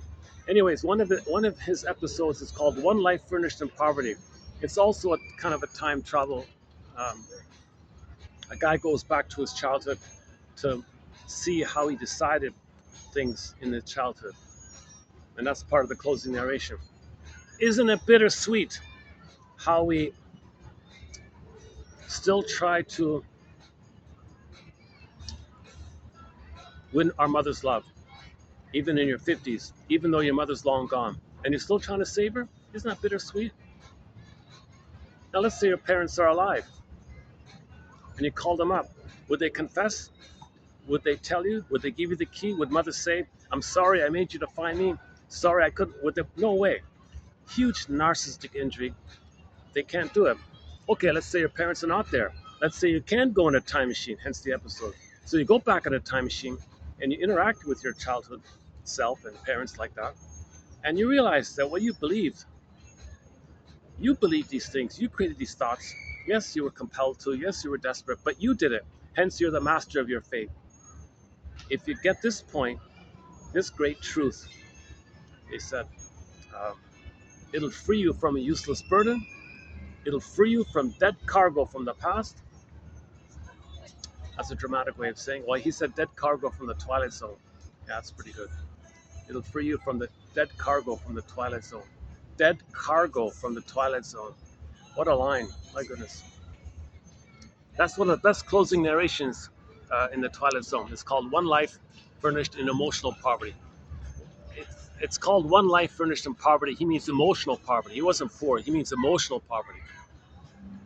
He was bullied and abused as a kid and believed all these negative things. It affected him his whole life. One life furnished in emotional poverty. So he went back and realized, wait a minute, I decided these things. I don't still have to, you know, I don't still have to play their game. I don't still have to be in this folie douce with my parents just fighting with each other, and I gotta pick sides or stuff like that. I don't gotta do this stuff anymore. They're long gone. I'm in the present. I've got my life. Okay, now enter the Twilight Zone episode, Gabe's Story. That's one of the best episodes, is Gabe's story. Okay, talked about yesterday, where he faces his daily dysfunction, his daily loyalty, and then he's, what's going on here? Why am I dysfunctional every day? Why do people call him Mr. Unlucky, Mr. Failure like that? Why is he self-defeating his happiness day after day after day? And he learns that, well, there's some kind of script going on. So he faces the script. And there's a script writer, Roxanne. Roxanne, stop giving me these daily scripts. She says, out of my hands, out of my pay grade. It's your template. It's your traumatic template. Take me to the template. The template says, well, this is the template here. It's pretty deep like this. Well, template, you're really like a puppet master, and I'm the puppet. I want to break free from, I want to cut the strings here. I want to break free from this template. You don't know what you're doing here. This is your template. This is your deep conditioning with your mother. I don't care anymore. If I break free from my mother's house, if I leave mother's house, if the psychic house, I'll make mistakes, yes, but they'll be my mistakes, trial and error. I'll do what I can on my own, but they'll be my mistakes. I don't want this daily loyalty to the mother, repeating the mother. Okay, I don't want to spend my life trying to prove my loyalty to my mother, who gave me the big lie that if I'm loyal to her, that one day she'll love me. I don't want to spend my life wasted like this, useless burden like this. So he tried to break free from the traumatic script. Roxanne and the jumpsuit guy, the three parts of the traumatic script, and then he did kind of thing. And the prelude episode is called the Mystic Seer one, called Nick of Time. That's sort of like a little bit of a mini version of a Gabe story. It's called Nick of Time. The man has a mother complex. Okay, he thought the mother was a mystic seer. On the counter, there's this little toy called the Mystic Seer. You put a penny in, you get a little message. And he thought, and he twisted his questions to fit the message. So now he thought the Mystic Seer was his mother. It's a transference neurosis. He was clinging to the toy. And his wife said, "Oh my God, here, are you married to mother or are you married to me? You're letting this toy run your life here. Look, darling, you've got a mind. Don't waste it trying to justify this toy, um, you know, to yourself all the time." And then he woke up. Okay, he broke free from that. So those kind of go together, in my opinion. Nick of Time and Gabe's story. But Gabe's story is an excellent, one of the best episodes. People are talking about their top favorite episodes. Um, um, from yours truly, I put Gabe's story in the top 3. Wong's Lost and Found Emporium wins number 1. That's a great episode about the midlife audit. Oh, there's the Joni Mitchell song again.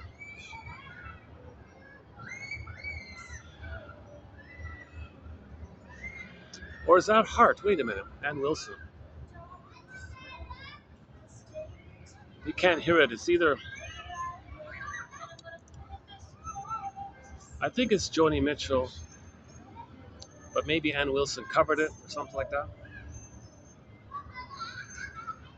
She has that album. Hart has the album Road to Avalon or something, like a live album. I think it's on that one. I'm not too familiar with Joni Mitchell, actually, ironically. She's got some good songs and all that, but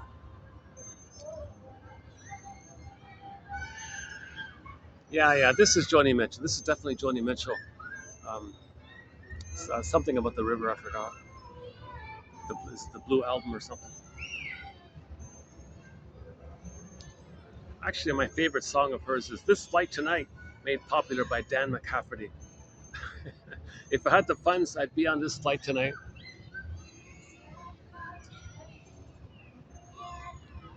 And get analyzed, get shrunk, get analyzed. Shrink your false beliefs. Shrink your unrealistic, neurotic hopes, neurotic pride, defensive stance. Shrink these kind of. You don't need them anymore. The baby develops defense mechanisms for that time, but to use them your whole life, that's called neurosis and dysfunction. To still do the thing that you did as a baby to survive and do it your whole life.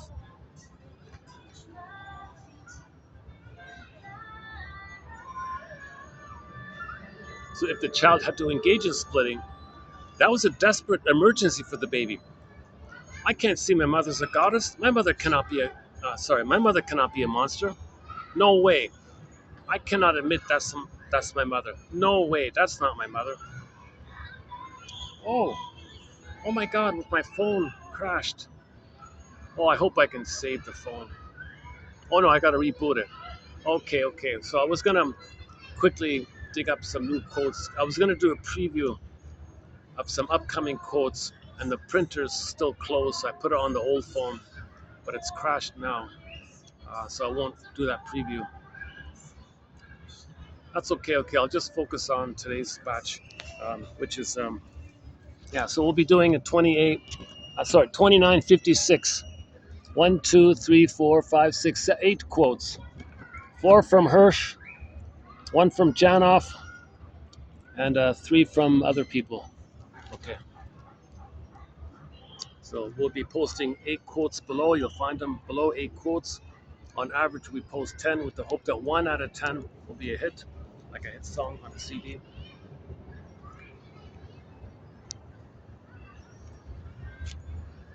Yeah, Wong's Lost and Found Emporium. I could spend 2 hours on that episode. That's the number 1, my favorite. I think the most encouraging, vivid, kind of clear image of the midlife audit, the midlife examination period. You go to this metaphysical lost and found emporium place, and one guy went in there and said, "I lost the chance for me to be me. I ended up with narcissism, and because of narcissism, I couldn't see my kids as people. They were angry at me. That's a huge loss, not for me to be me, not for me to have become who I was meant to become, who I would have been had I been properly loved. That's a huge loss, lost and found emporium. Can you help me, Mr. Wong?" So, okay, Mr. Wong said, "All right, well, let's begin the process here. Please look into the mirror." And it was kind of like a Dorian Gray kind of thing. He freaked out, crashed the mirror. He didn't want to face the truth like this. A lady came in, similar idea.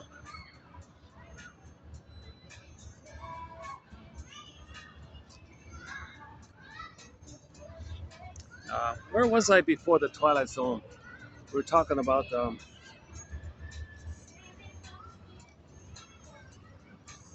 building a Jane mind, oppositional thinking.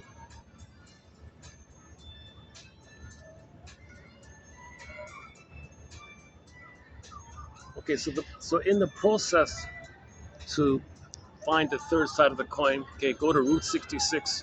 Our quotes from the TV show Route 66. Go to TQ 2599. You got 11 quotes there from the classic show. Um, the first 5 of that 11 are some of the best quotes in our entire collection, right there. One about the albatross and the mask, and third side of the coin, etc. So moving towards being able to hold the opposites. Okay, now one image for this is in the film Inside Out 2, at the end of it all, okay, after the Firebird release, the avalanche scene, okay, that's like the Phoenix rises, the Firebird rises, okay, that's related to dealing with either or, either or. So you saw Riley there, um, you know, am I guilty? Am I innocent? Am I, do I have to save the mother? Or is that my job or is it not? Like, yeah, she had this kind of confusing either or perspectives. Am I good? Am I bad? Am I a good friend? Am I bad? He had this kind of, am I kind? Am I cruel? Like this kind of flipping kind of thing. What is it? Like she was confused. It's kind of like Eve White or Eve Black. You know, it's a sign of trauma. These either or mentalities. You're coming from the place where anxiety says, "I'm never good enough. I'm always wrong. I'm always guilty. It's my fault. Nothing I do is right. I'm always good. Always wrong. Always in debt. Always my fault. Always my fault." That's one side. Then you got the delusional, like Joy sort of played the pathological, delusional Joy. No, it's all perfect and bliss and happy, and that's another side, right? So it's not really either. They're just byproducts of the either or of trauma, uh, linked to mother being a goddess or a demon. If the mother's a goddess, you think everything's perfect. If your mother's demon, you're always defective and no good and rejected, like Snow White kind of thing. Is the lighting? Oh, hang on. Is the lighting holding up here? Do I get better lighting like this? It's about the same, right? Maybe a little bit better like this.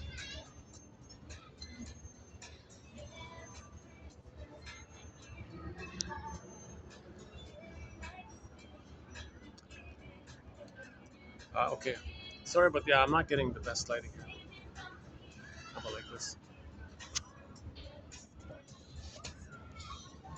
Is that a little better? Not really, eh? It's about the same. Okay. Uh,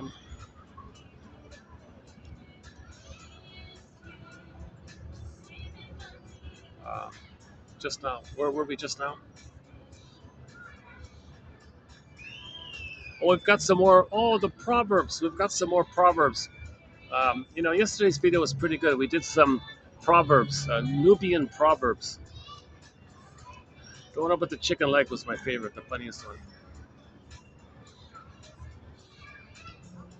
He had a chicken leg. They say that to describe a person who doesn't know where he's going. Like he's kind of hopping around like on one chicken leg or something.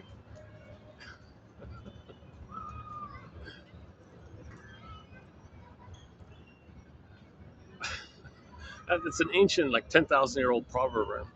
From ancient Ethiopia or something like that. Okay, so related to the process. Oh yeah, okay, we can get some. Oh yeah, they do some lighting in the background. That's nice. Yeah, okay, good.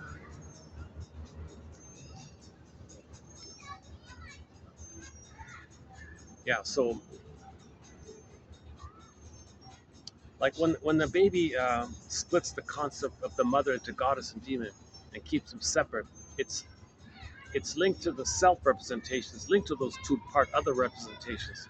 So the part mother other representation of her being a goddess, you're special, always that's the joyous side, right? And the part self representation linked to the monster one, that's actually closer to the truth. Um, you know, that's why joy was called delusional in the film. Anxiety kind of appears in the sequel because you're trying to heal. You're trying to bring the two sides together. So the first film was one side, then you'll get the other side. So joy and anxiety are kind of two sides like that. Uh, okay.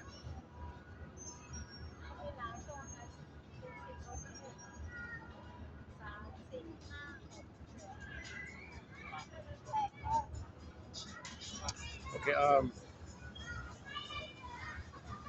Am I gonna get people on the camera if I do this? Okay. If someone walks by, I'll do this. I'll just do this. Right?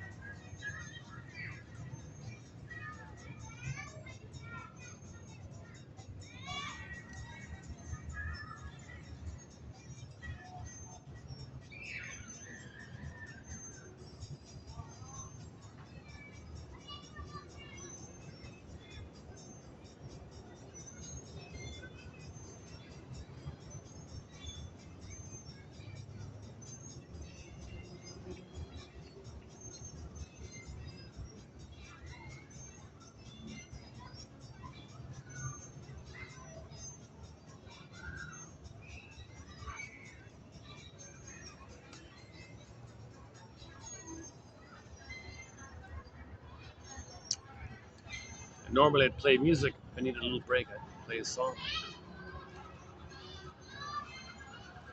So the journey towards being able to hold the two sides, you got narrative medicine. You got to be a detective, make inferences, free association, dream interpretation. Okay, um, you know, try to understand that if you're repeating, okay, that's like a pattern. Well, it began, and see an example of it, and make it like a link like that. Okay, so you have this pattern in your life. You learned it back then in childhood. Identify it specifically if you can, and then catch yourself in a now live here and now example of that pattern and make those 3 points. That's like an interpretation like that pattern, when it began, and live example. And you got to catch it at the live example. Okay, if it's a Faustian complex, okay, the Faustian deal one, okay, that's more work to do. It's harder to unblend from the mother if you become her, because if you don't have her and you are her, you feel like you're losing yourself. That's called melancholia. And then you engage in all these manic behaviors to get away from the pain. So that's why you're so loyal to her, because you're loyal to yourself, you think, but you're her. You're loyal. You think you're loyal to yourself. Like Pierre again, I'm loyal to myself. I'm loyal to the mother because he's become the mother. Back to the eternal triangle. The eternal triangle. He didn't get in love with the mother, so he becomes her. It's a disturbed thing. It's someone called it a permanent psychological incest. Like a permanent one, like right, the marriage story, the metaphor for this. It's not literally, right? It's a metaphor. So Peer Gynt, he's like Don Juan. He's like a Don Juan type, Don Quixote type. Peer Gynt, right? Ibsen's famous story. So he was engaged in manic defenses. He always needed to see himself every minute as how he believed he was in the uterus, king and a god. So he was always searching for that.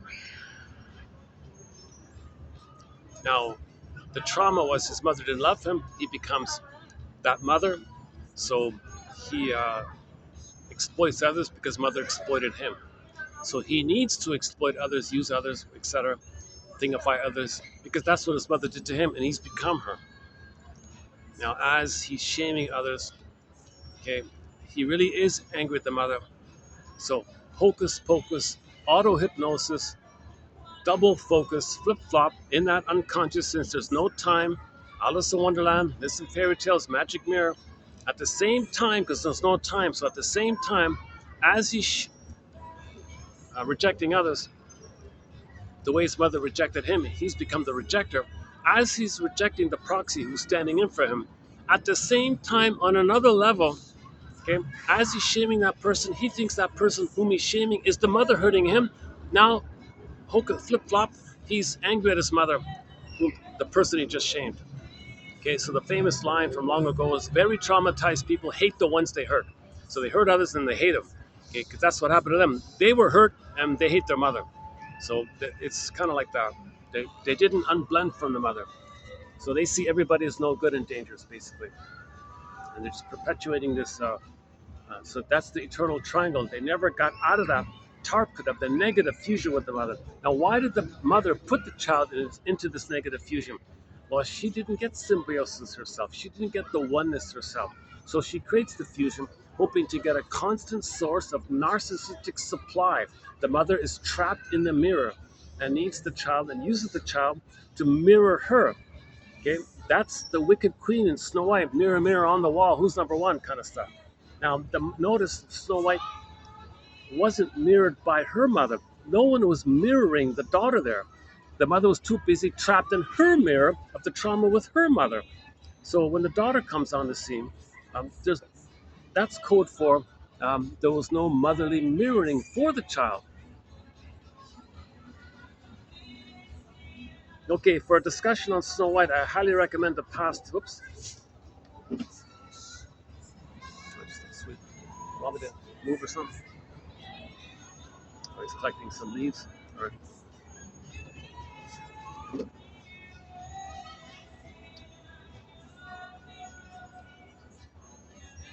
Yeah, I'm a little tired. You know. The past 6 videos, 5 of them were pretty strong. I thought they were really good. The 5 of the 6. The first 4 and the 6th were pretty good. The 5th one was a washout. This one's a bit of a dip down for me. I started too late here.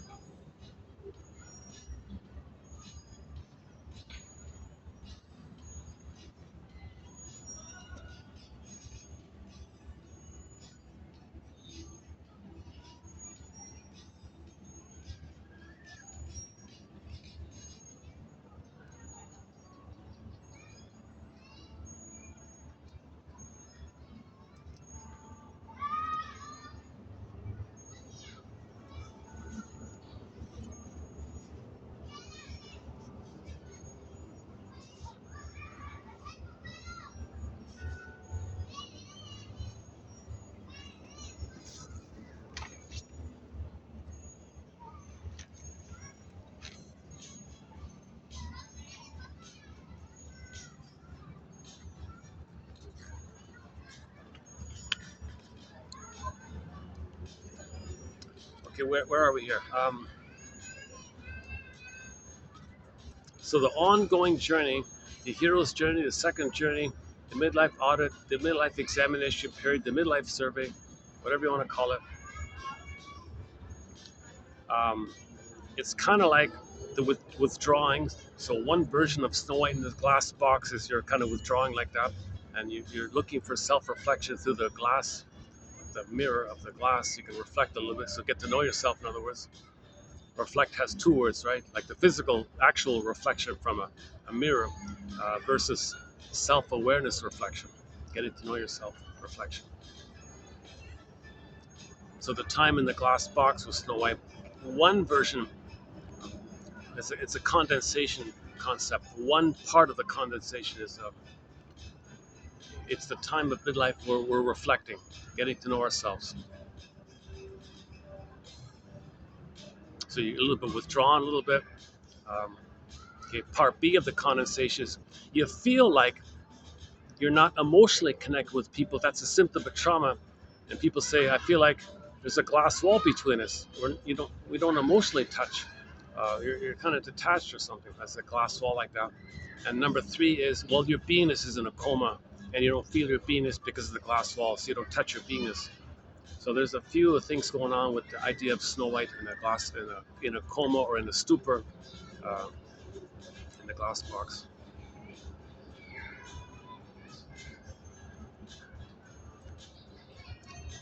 Okay, so when in midlife you get to know your disowned traits, you bundle up all your disowned traits. That's related to your agency, your self-activation. You put that together. That's like the masculine principle. So you take the masculine principle, that they put a prince there. So the prince is code for the masculine principle.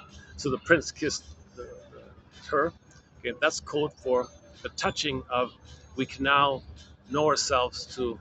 Uh, that lets us to activate. So now we can wake up and live in the world, kind of thing. So the kiss wakes him up. So when you know your disowned traits, that's like a little reunion with yourself, like a little marriage like that, a little kiss like that, then you wake up like that. So again, the past 6 videos were mainly about Snow White. No, the past 4, sorry, the past 4 videos. Yeah, the past 4 videos I thought was an excellent discussion. You know what? The last video might be the best one, the last one, entitled 2655. That's a pretty good video, I thought. We covered a lot. I ran through most of the quotes, not all of them, but most of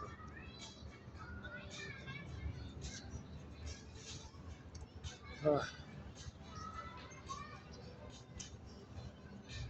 Okay.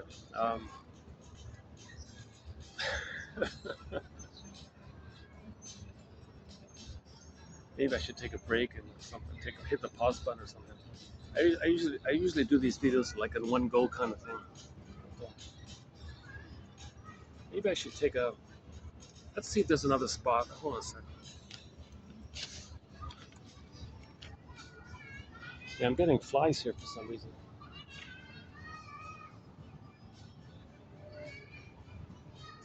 Can't go in there, eh? That's too bad, huh?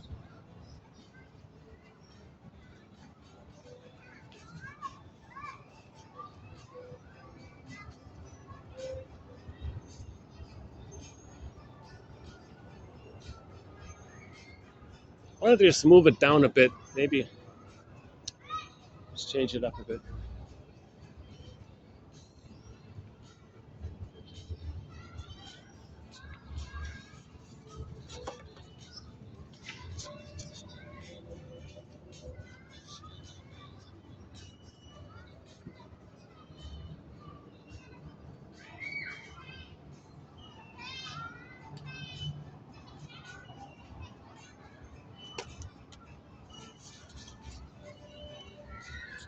How's that? Is that a little lighting's about the same, right? I'm not getting any better lighting here. Oh, it's even worse, maybe.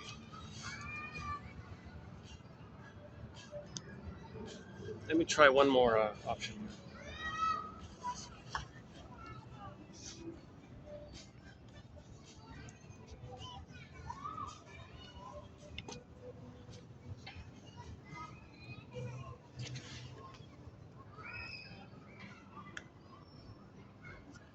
Oh, that's near the guard.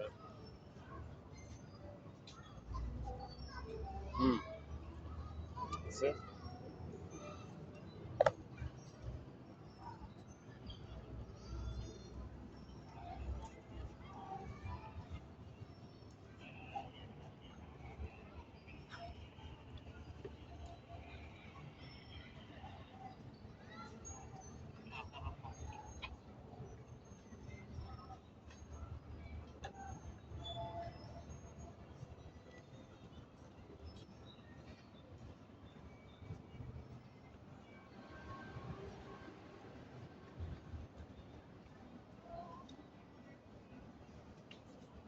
Oh, what about here?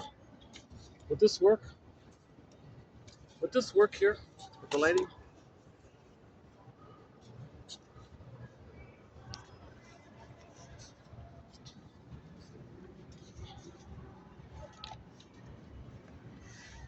Right beside the guard there. Would that work here like this? Let's try this for a bit then. Hopefully the guard doesn't mind.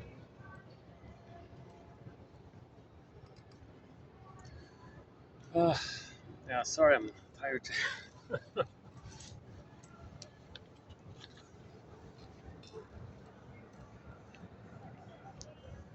Okay, so free association is the main sort of core task. Say what comes to mind, try to tell your story. So if you find a quote that you like, you use it as a springboard, a prompt to free associate with. Okay, what does this remind me of? What does this quote suggest to me? What does this quote make me think of? Um, you know, what are my thoughts around this quote? Okay, and just see if anything else comes up freely, spontaneously.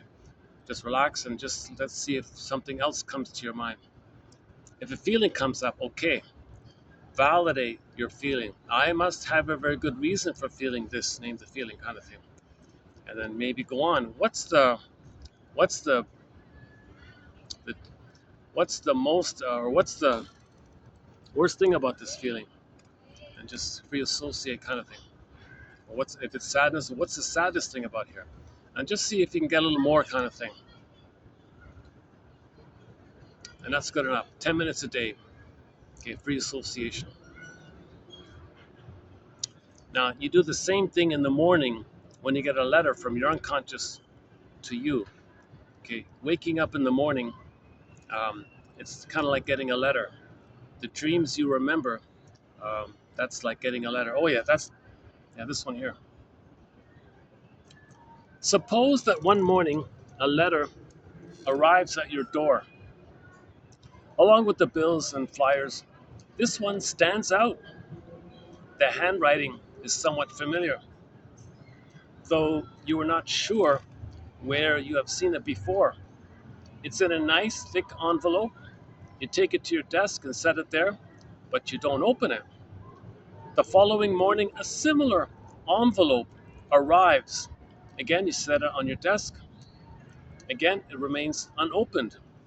Days and days go by. Each morning, a letter arrives, and never do you open one. An unlikely scenario, right? But it is what happens with so many of us because the letters are our dreams, an important message from us to us. Inside all of us resides a dreamer, a poet, a child. And night after night, that mischievous child tells us a story. He or she takes weird events of the day and mixes them up with weird events of long ago. Dreams tell us what we know and sometimes what we don't want to know. Dreams tell us what's going on inside. Sanford says when you get a dream, first thing you say to yourself is, it's like this in my soul today. Dreams tell us what's going on inside. They are springboards for creativity. They are important letters from us to us. Dreams can tell us much about how we are living our lives, like a recurring theme, a pattern, where we are caught up in our lives, you know, like where you're stuck kind of thing, where we are making mistakes, repetition, compulsion, same mistakes. Dreams bring up people from our past. Why? What do they mean today? They alert the dreamer. Oh, sorry. The alert dreamer can help himself to find her way through things that are bedeviling her. What does it make you think of? What is the feeling that you have in the dream? What does this dream really mean to me? What does this situation really mean to me? When we use I statements, we set up an examination process. We ask ourselves, what does this situation really mean to me?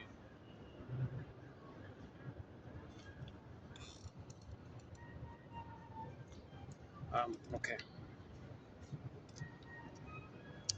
think I'm right in front of them. I gotta get used to it. This is sort of like the guard's spot is just to the side there. But all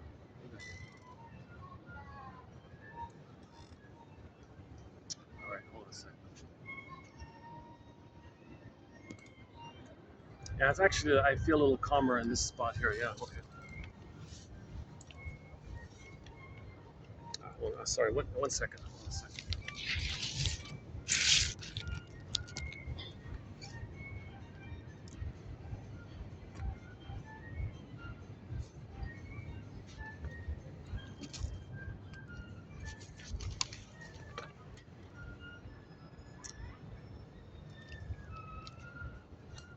Okay, so dream interpretation, free association, they're kind of together.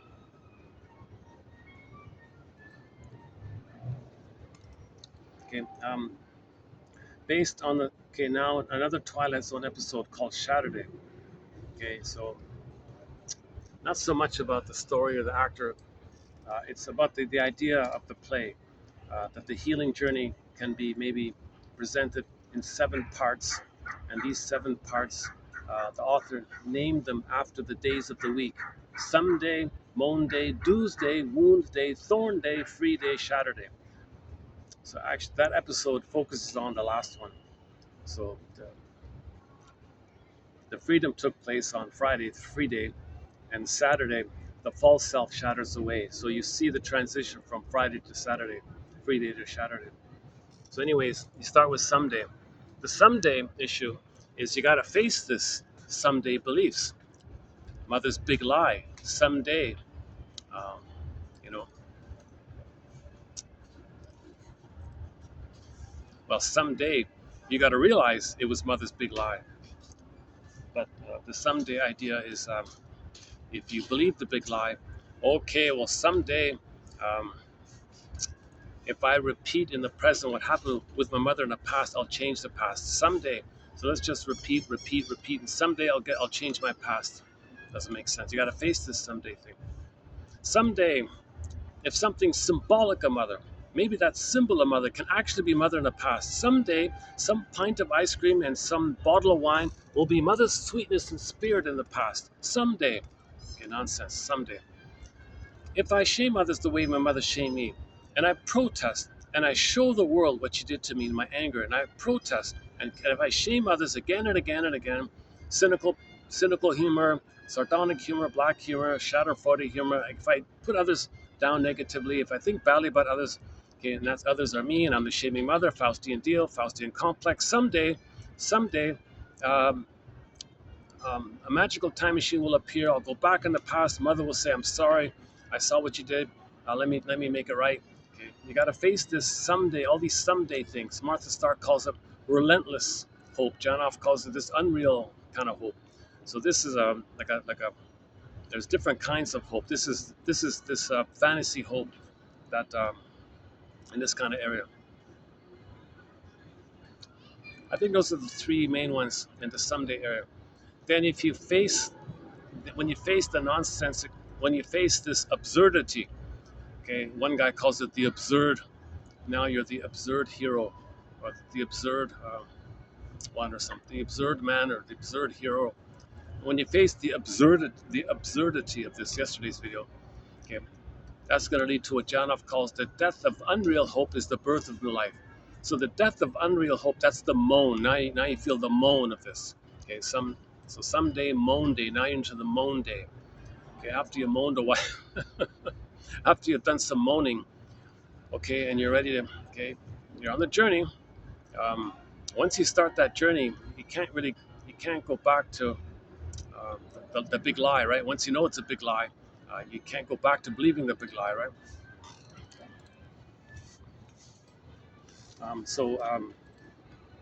Okay, now you go to Doomsday. Doomsday. This is the issue that we need to update. The baby believes that it was his responsibility to save his mother. It was his obligation. It was his due. Okay? He couldn't. He feels guilty. Debt. debt and guilt are the same word. A due, a debt, a guilt. He always feels guilty. Now he's got unconscious guilt. Now he feels like he's wrong, he's no good, and he's got to spend his life in a constant, permanent, timeless debt due to the mother. Big lie. Mother gave him a big lie. He's in a permanent, big debt to them. What a disturbing thing. Okay, so he wasn't born guilty, sinner, and all this nonsense. He wasn't born like that. He was born to be loved, born to have a mother, born to go through a basic developmental process where he gets the paradise of the mother. Okay, he practices. Okay, 18 months, the megalomania goes away. Now he gets to know himself in like an improv kind of scenario.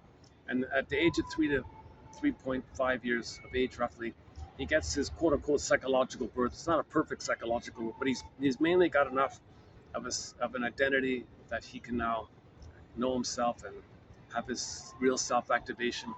And now he knows what he likes, his interests, his hobbies, and he feels the bluebird of happiness because he's got his beingness there, so he can enjoy the present. Yeah, and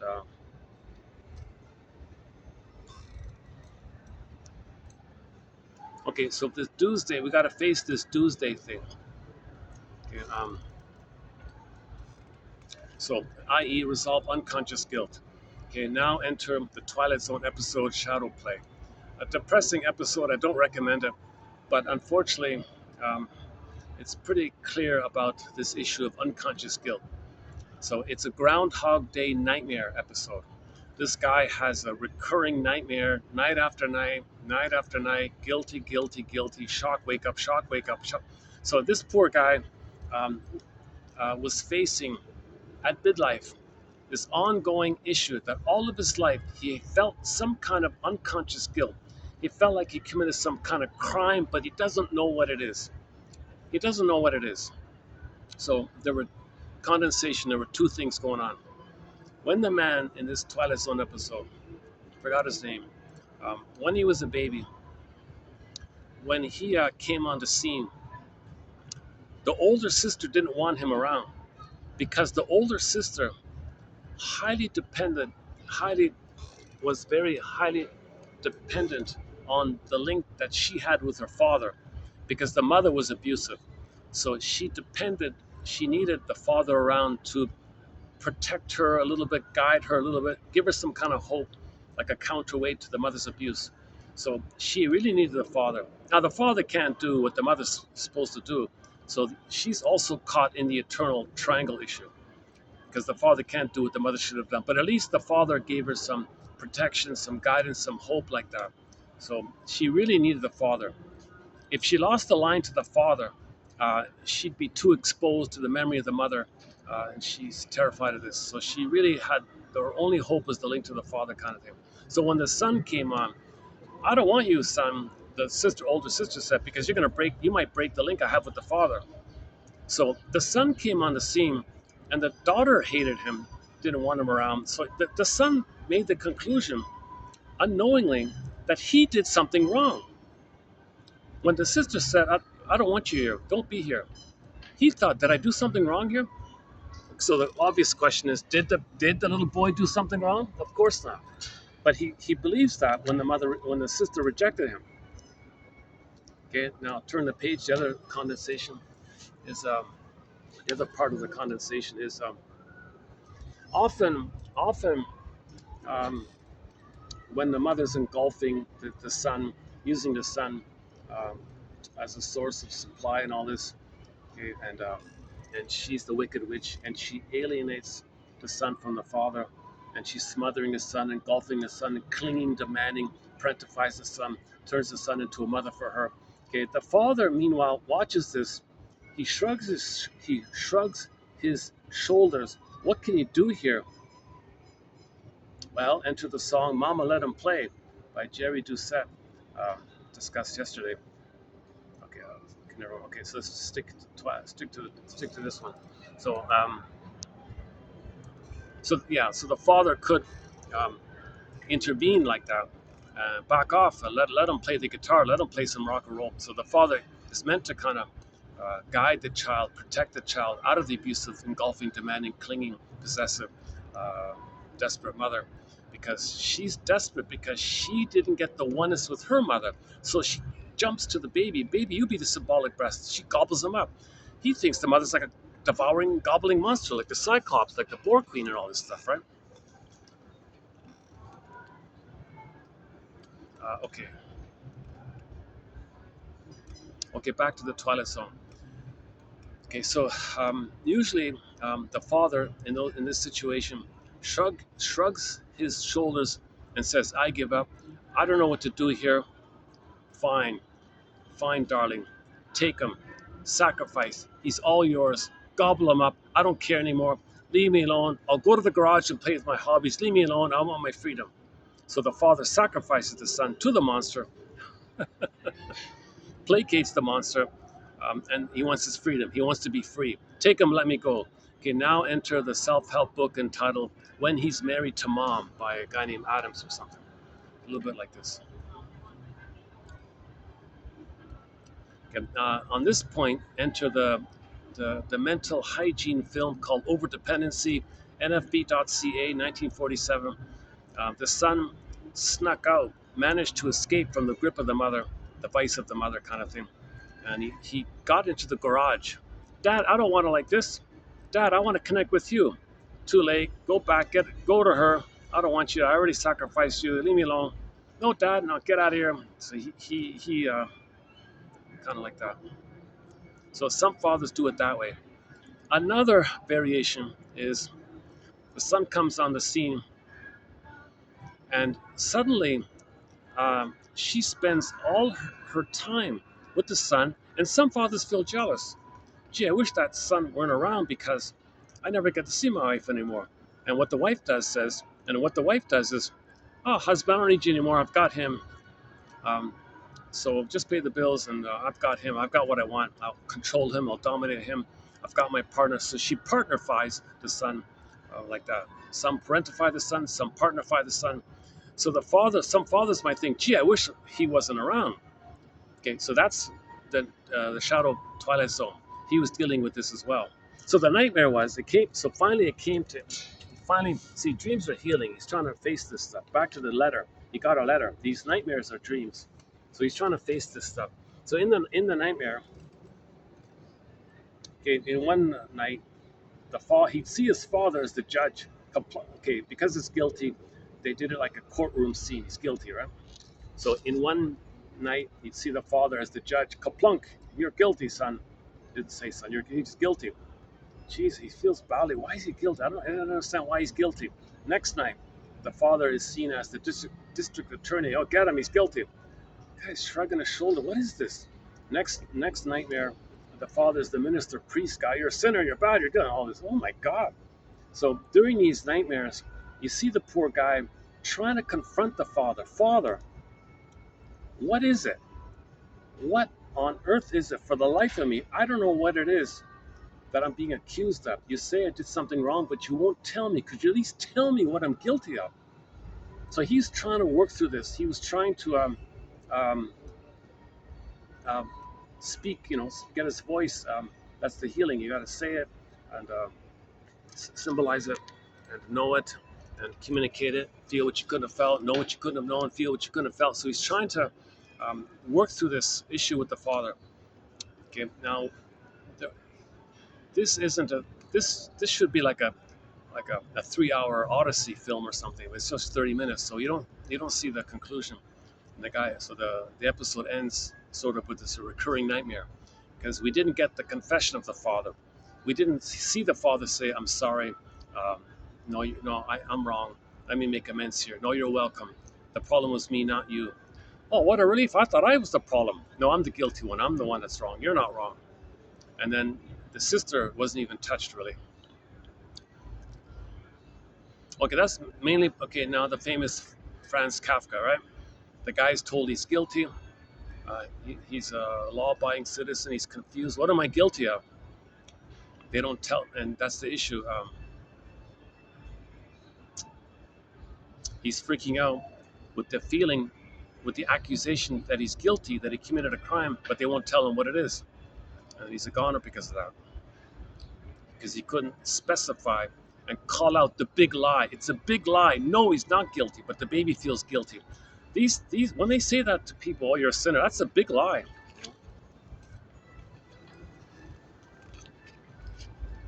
So this dues is an important one. In a spellbound film, that the fictional book was called The Labyrinth of the Guilt Complex, this massive book. So we're trying to engage in this exploration. Is the baby guilty?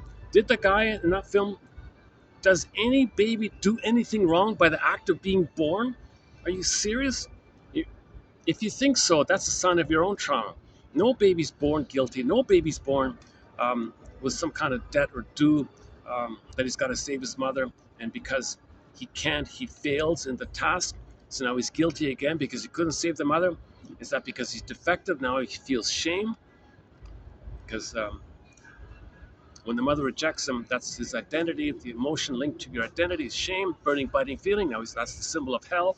Hell is a picture for the emotion of shame. Shame is the burning, biting feeling. So the symbol, the picture of shame is hell. Hell is a picture, a snapshot of the emotion of shame. Okay, myths and fairy tales are true on the inside, not on the outside, the kid said.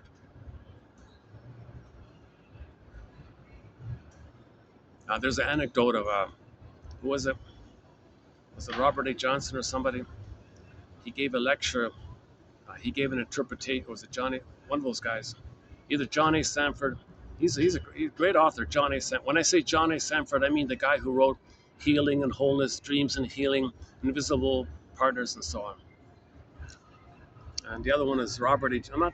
We don't have too many quotes on the other one. He wrote those little mini books, He, She, We, and all that. One of those two guys, I forgot which one, gave a lecture to an audience and gave an interpretation of some kind of fairy tale. And at the end of it all, a guy came up with his little kid or something, and he asked the kid, "What do you think fairy tales are?" "Oh, fairy tales. Well, they're stories that are true on the inside, not on the outside." Kid's a genius. I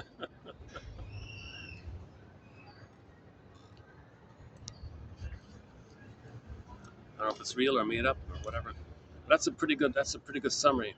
Okay, so this and fairy tales, the pictures of it, the stories of it. Okay, it's kind of like an outer description of what's going on inwardly, the true on the inside, not literally on the outside. There's symbols. Symbols are not real, but you see them. They're visual. You see them, but they're not real. But they point to something invisible inside, which you don't see, but they're real. Like the emotion of shame is real, but you don't see it. So you create a picture. That's so you see it, but it's a symbol, but it's not real. But the emotion is real.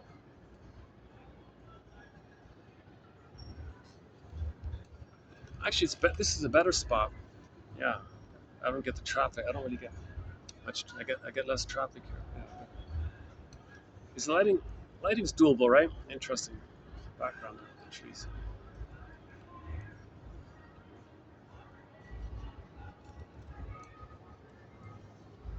So he never specifically identified this. He was just lost in it. Now into the fugitive story. Similar idea is the TV show The Fugitive. Richard Kimball is a fugitive from the justice he seeks. Okay, that's code for the baby is a love fugitive from the love that he seeks. Like he's running away from the mother, but he's seeking the mother while he's running away from the mother. What a dilemma. That's a huge double bind. He's got to find mother, but the pain, he's got to run away, but he's got to search for her, but got to run away. What a mess, right?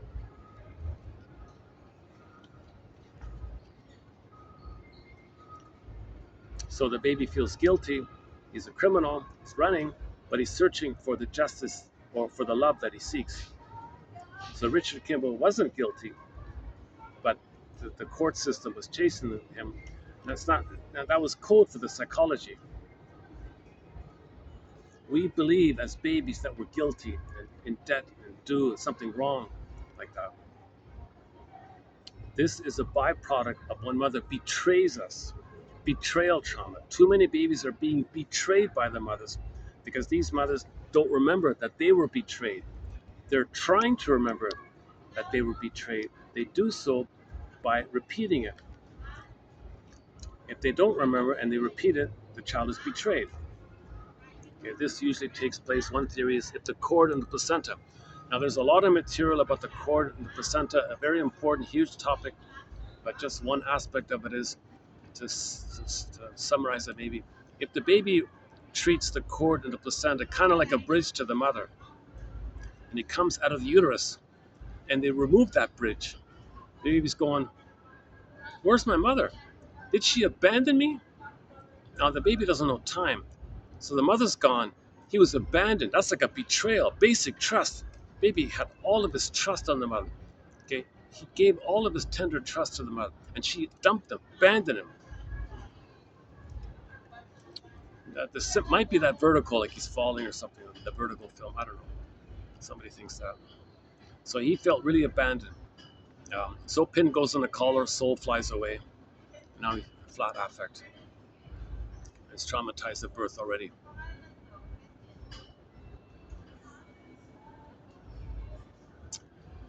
Uh,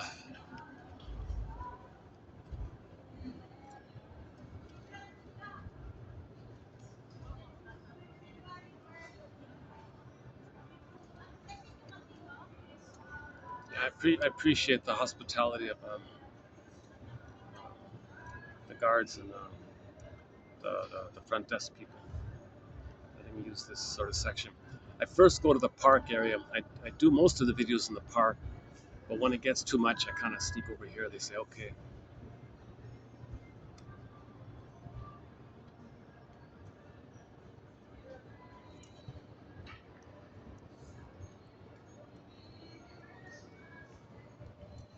Yeah, I'm just thinking about all the car accidents. I'm really sad. I'm surprised. I'm sad about.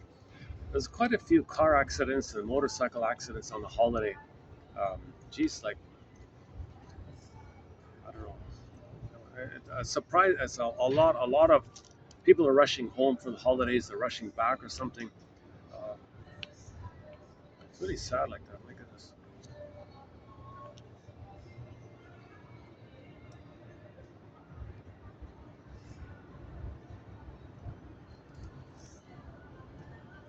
Um,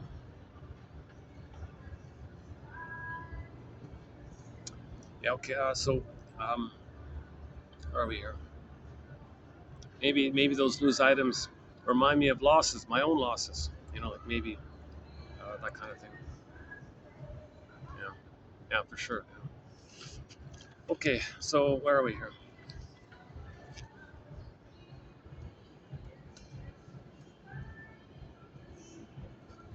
Okay.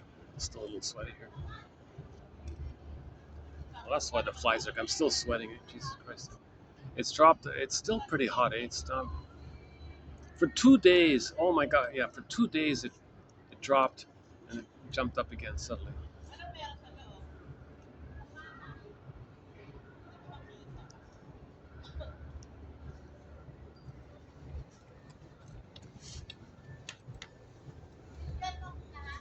Okay.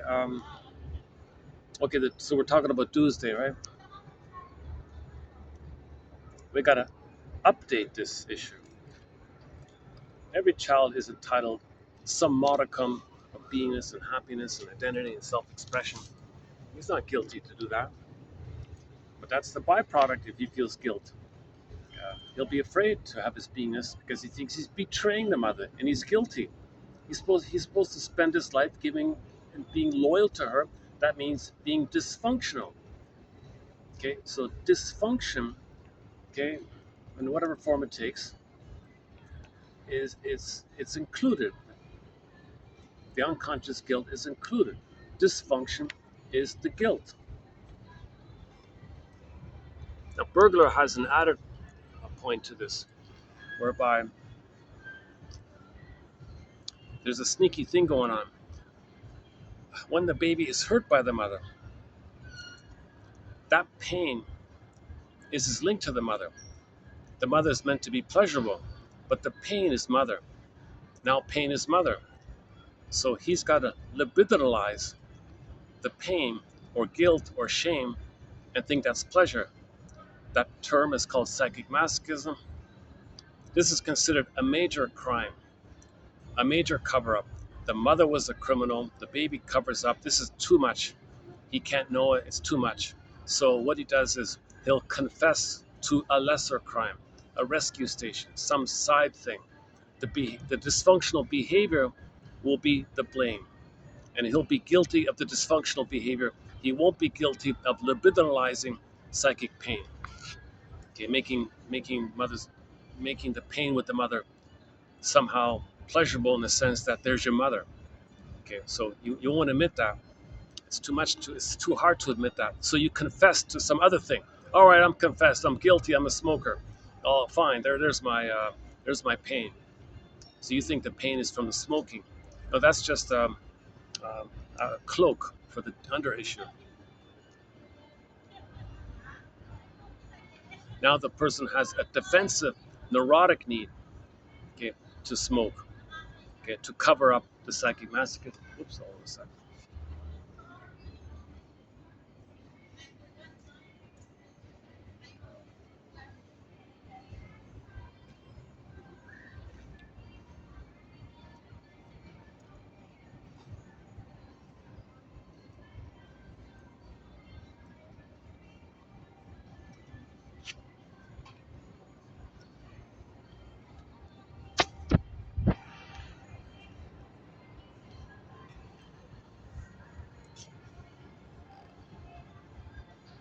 Someone was just trying to pass that way. There's no path there. Sort of, it's a dead end. I'm in a cul-de-sac here.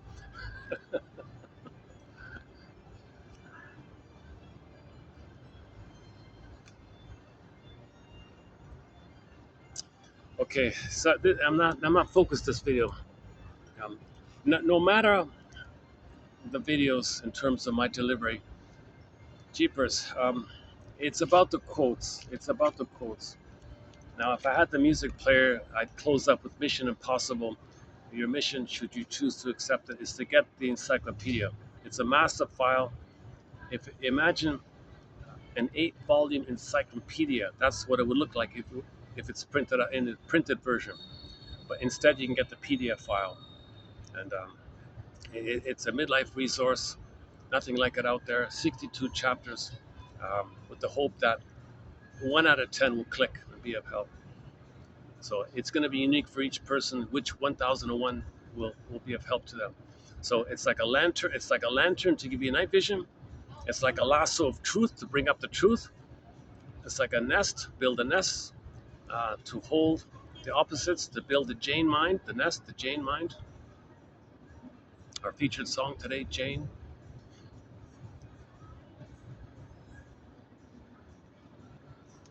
So should we try to get these little dogs in the camera? It's kind of like little show dogs kind of thing.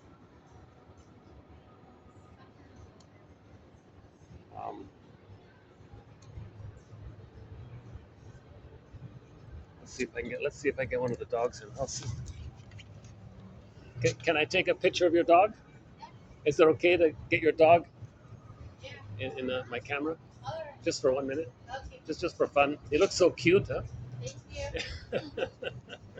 Hey there. That dog is so cute too. Another one. You got two here, yeah. Hey there. You're a cute little guy. Yeah.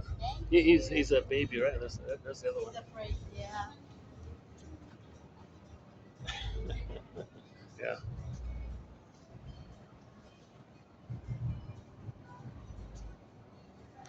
Oh, I forgot. You gotta put your palm under his nose first before you pet him. I forgot about that.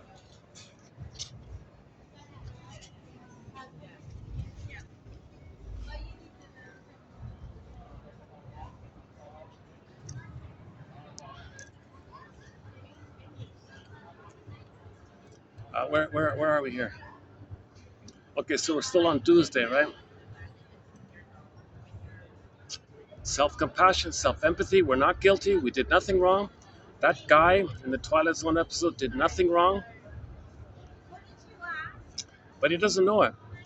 The reason we believe we're guilty is because it's a defense mechanism. It's a coping strategy. We make ourselves believe that we're guilty because we need to believe the mother's wonderful. But since we're in pain, and mother must be all good and wonderful, we conclude we're the wrong one. Mother must be seen as the right one, the good one, for the survival. So we believe this to survive, kind of thing. Fairbairn's line for this is the moral defense. The baby's like a little judge with his little gavel. All right, here, I'm going to make a decision here. All right, mother must be seen as good, so plunk, she's okay. Splitting mechanism. And the pain he's feeling, oh, I guess he's defective and he's wrong and he's no good, so plunk, he's no good. So the baby is like a little judge making these decisions to manage, to organize the anxiety, to organize the pain, to make some kind of sense of the pain, to make some kind of order of what's going on like this. So he takes it upon himself that he's guilty and defective, and that allows him to see the mother as wonderful and good, even though it's a big lie.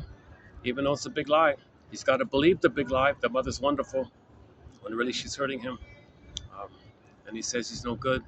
And the big lie is, well, if you save mother, she'll love you in return. Another big lie. No baby can save a traumatized giant, from his perspective.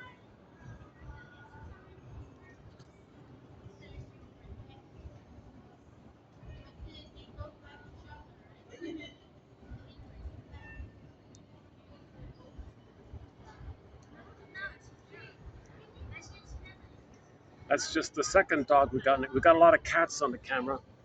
We've got several stray cats. Not too many dogs, yeah. That's maybe like the second or third or something. There's one. We're averaging one a year. Lots of birds, yeah. Okay, so someday, Monday, Tuesday. Anything else about the Tuesday? Unconscious guilt.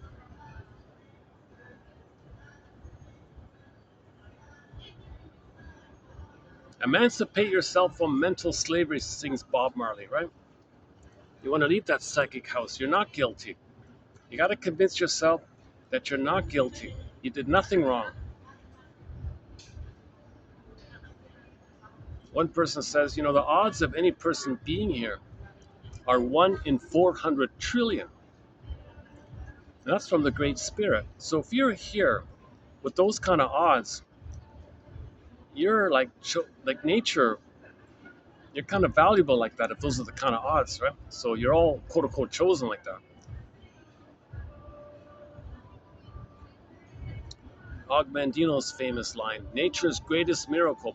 Never in all of history was there ever anyone just like this baby, and never in the future will there ever be anyone just like this. It's a mysterious delight. The Great Spirit likes it like this. So there's like an inherent esteem here with these ideas. Um, Now the mother's traumatized and impaired. Because she's impaired, we were hurt, and then we believe these things post the trauma. But we weren't born with those beliefs. We're born to have a loving mother, but that's what we gotta mourn. We gotta mourn the loss of the loving mother. Okay, there's more. There's more here. I know there's a lot more here on unconscious guilt. The Kafka story, Twilight Zone. There's another major one. Okay, let's go on to the wound day. I think the wound day, that's the working through, suffering through process. Now you're admitting the truth. Now you're free associating. Okay? So you got to get on the broccoli boat. Back to Inside Out 2, the broccoli boat. Um, they had a hard time finding the broccoli boat. Okay, so they called it the stream of consciousness, i.e., free association. So they had a hard time. They were lost, bumping around. Where is it? Where is it? That's how hard it is to free associate, to say the truth, to say what comes to mind. We're afraid to. We're conditioned to not to. It's a betrayal to the mother. You're leaving mother's psychic house when you tell the truth. So finally, you find they find the broccoli boat, and again, likewise, they were afraid to get on it. Again, another resistance to free association. Free association is needed to heal because you got to say and know and now make conscious what you couldn't back then. It's all about making the unconscious conscious, right? So you make it conscious by speaking about it. So You got to get on the boat. You got to find the boat, that capacity to free associate. Now you're on the boat. You hop on the boat. Let's do it for Riley. Come on, get on the boat, guys. Come on, come on. Let's do it for Riley here. So that's something within us. Innate drive for healing. Innate drive for healing. So it's embedded in nature that if we're wounded, we're trying to heal. So we're trying to heal. So we're going to free associate. So that's yeah. So that's kind of like facing this deeper wound, this unconscious kind of thing. It's forest, dark. Need a lantern. Free association. Now, hopefully, the thorn seems to be okay on Thorn Day. Enter the image of the film Kirikou and the Sorceress, a French animated film, 2007, I forgot. Uh, there's an image there where little Kirikou pulls up the thorn, and then you had the release, okay, the emotional freedom. The firebird rises, the phoenix rises, this huge, that's when the orbs come rushing up. Okay, so you pull the thorn, it seems to be some kind of natural release. It's a huge release, a huge confession. You reach that point somehow, um, and there's a natural release. And that thorn, pulling the thorn on Thorn Day, leads to Freedom Day, free day, because you're going to get your liberation. You're going to be free. All your life force that was bound to the past trauma, it'll be free for you to enjoy in the present. And now you'll have your beingness in relation to that. So on Free Day, that's the phoenix rises, the firebird rises. Inside Out 2, that's when the orbs come rushing up. And they erode the orbs, just like you hop in the back of the firebird and ride the firebird. That's called the emotional knowing. Now you're free. Okay, now in that episode in that Twilight Zone episode called Saturday, it kind of starts off with the freedom, the day. So you had this condo and um, a healthy version, um, the beingness of a person occupied the condo. Okay. So the condo was code for the body, and then embodied is the healthy beingness. That's the free day. So they showed you just after the ab reaction, the free day. So now you got this healthy beingness of you. Unfortunately, the actor doesn't show it. It's a little bit cynical like that, but the idea is just follow the structure, the story plot line or something. Never mind the bad acting or something. So you get the beingness is in there. Now the false self, meanwhile, was booted out, right? So the false self was in some kind of like a hotel or motel or something. And the false self was freaking out here. Hey, wait a minute. I got to boot out the true self, and the false self wants to come back to the condo. And that's what the episode is about. How does the false self boot out the real self? And the real self said, we did it your way, false self. They called him a weasel. You're a cheesy weasel, whatever it was, some cheap kind of character. Uh, just false, fake, lies, duplicity, flim-flammery, con man, all that stuff, right? Just, okay, so the authentic self said, no, we can't do it. We did it your way, um, and we can't do it anymore. So the authentic self is here. Now, if you can maintain this point of having your beat, it's a new feeling. Can you hold it? It's strange. You had it, but you forgot it, now you got it back. You had your beingness, you lost it, want to get it back. So that episode is about getting it back. And the resistance, the message being, can you maintain your beingness? Can you stay embodied? Can you accept your embodiment? Because it's odd, it's an odd feeling, it's a new feeling, it's a scary feeling. If you can hold it like that. Finally, on Saturday, the next day, the false self dissolves away like glass, broken glass shatters away. Hence the name of the thing, Saturday, shatters away. Because it wasn't real. The false self was never real. It was something you created uh, in as a cloak because your real self was missing. When the real self comes back, we don't need your false self anymore. We don't need the false self or the as if self. So that's another way. One version of the false self is called the as if self. As if it's not really real, so it shatters away. Right? This pretending and it's not real kind of thing. So the false self wasn't real. That's why it dissolved away, kind of.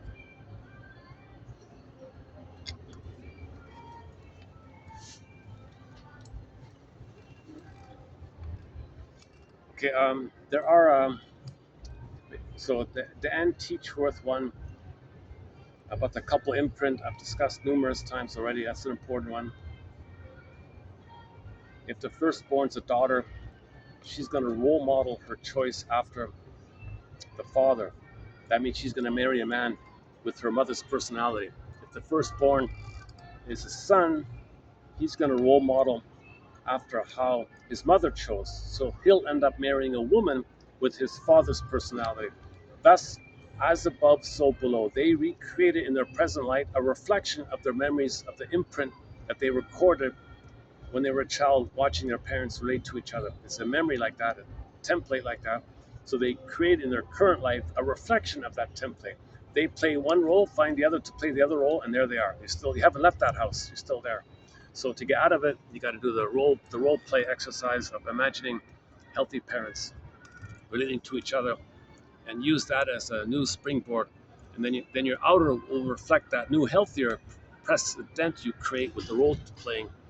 And that's a huge topic. We did 3 videos on it. I think it's 29, 40, 41 to 3, I think it is. I think that's it. Unfortunately, the YouTube search engine doesn't bring up stuff anymore. It only brings up the title. It doesn't bring up the contents. So all the more reason to get the encyclopedia. Because otherwise, I would say just on the YouTube channel, just go to the embedded search engine and type in, Teachworth, and you'll get all of her quotes, kind of thing. Now it doesn't show up. That's a huge loss. That's a huge loss, I think, to lose that capacity to go to the search engine for the channel, look for something, and it'll only bring up what's on the title. But the titles we have here are just TQ numbers, so the title is just TQ. But before, it used to be you type in shame and you get all the quotes from all the videos that has a quote on shame right there, like just like that, right? That's great.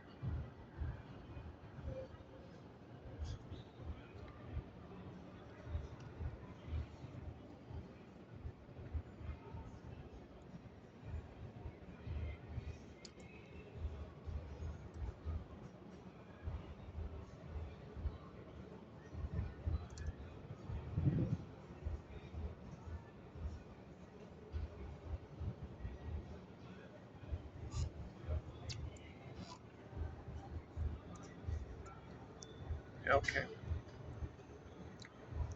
I rarely do night videos, so I'm thinking um, this might be an option in the future. It's cooler at night, so maybe I can do them at night.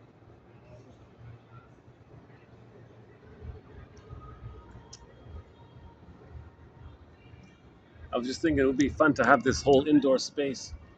I could just walk around. It's air, it's AC. There's AC in there. It's nice and cool, kind of thing. It's a special events thing. It's usually occupied, but at the moment it's empty. Okay, so these activities, okay, you got to advance out of either or, get the both and. Okay, another one is dividing the seeds. So Baba Yaga gives the assignment to separate the seeds, a pile of seeds, and put them into 2 piles. Okay, that's code for discerning real feelings versus neurotic feelings. Neurotic feelings, neurotic needs, and when neurotic needs are not met, you got neurotic feelings, sham feelings. You feel the pain and the stress. Yes, you feel pain and all that, but that's one thing. Can you discern that versus the deeper underlying unmet needs feelings? So you got to discern those two. So the feeling brain or the feeling mind, okay, or the survival brain, the visceral brain, sensation brain. So we got our brain has 3 parts: visceral, feeling, and cortex.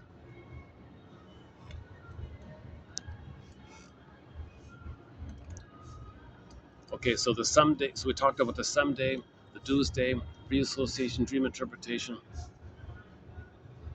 the couple imprint,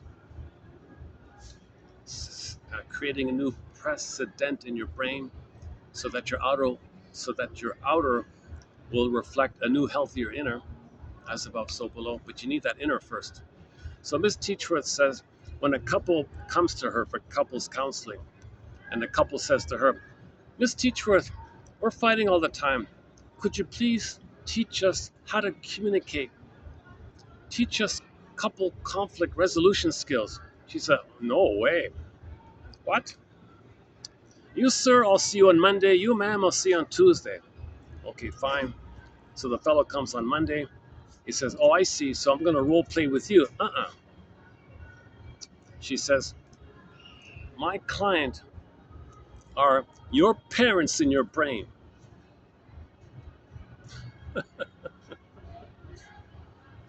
That's the focus. So, sir, when you were a child, did you like how your parents related amongst themselves? Oh, no. What would you have liked? I wish once my father would apologize to her, and I wish she would apologize to him. Okay, good. See those two chairs there? You role play that. You play a healthy father apologizing to your healthy mother who receives the apology, and you hop over to the other chair and you play her being healthy and responding in a healthily way that you wish you saw. Anything else?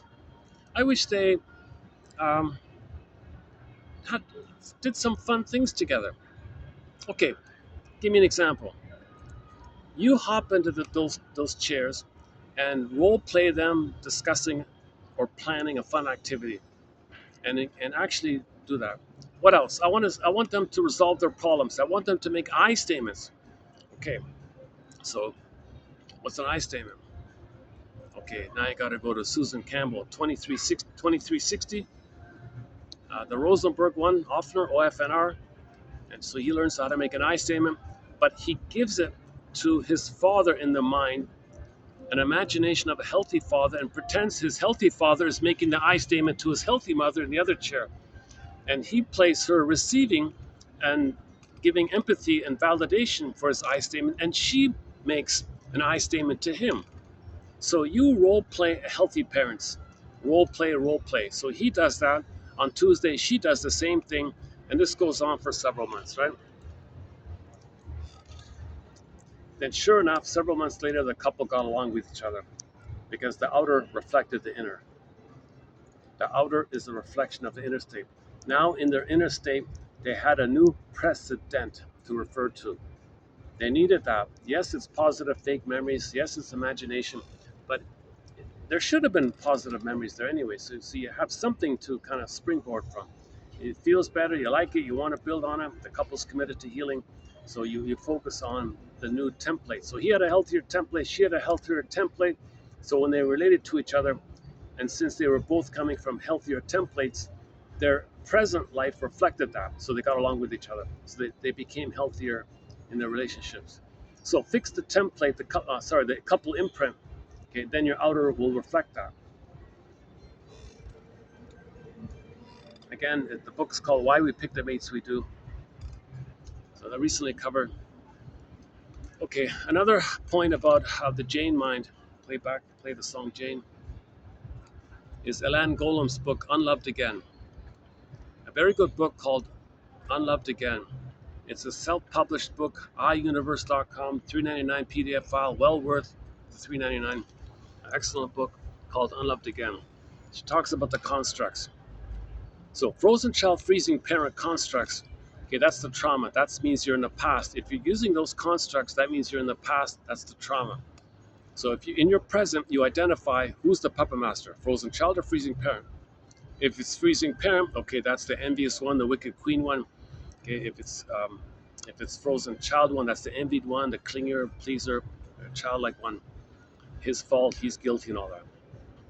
So you identify which puppet master is taken over. Because remember, there's no Jane mind. It's like Eve White, Eve Black. So you got Eve White or Eve Black. You don't want Eve White or Eve Black. Same thing. You don't want frozen child, freezing parent. You want the Jane mind, the healthy, conscious mind, the arc one. So when you identify If the frozen child is running the person, well, that's past trauma. You're looking for people who reminds you of the mother, thinking if you save them, you're saving your mother in the past. Someday, it doesn't. You always feel guilty. It's your fault. Okay, so you're gonna find people who reject you because you rejected. Still try to save them, but they reject you. Still try to save them. You do sweet lemons. No, they're not sour. They're sweet. You lie to yourself, and so on. Okay, if you're the more disturbed one, called the stinger mode, okay, where you crossed over Faustian bargain, Faustian pact, Faustian deal, Faustian complex.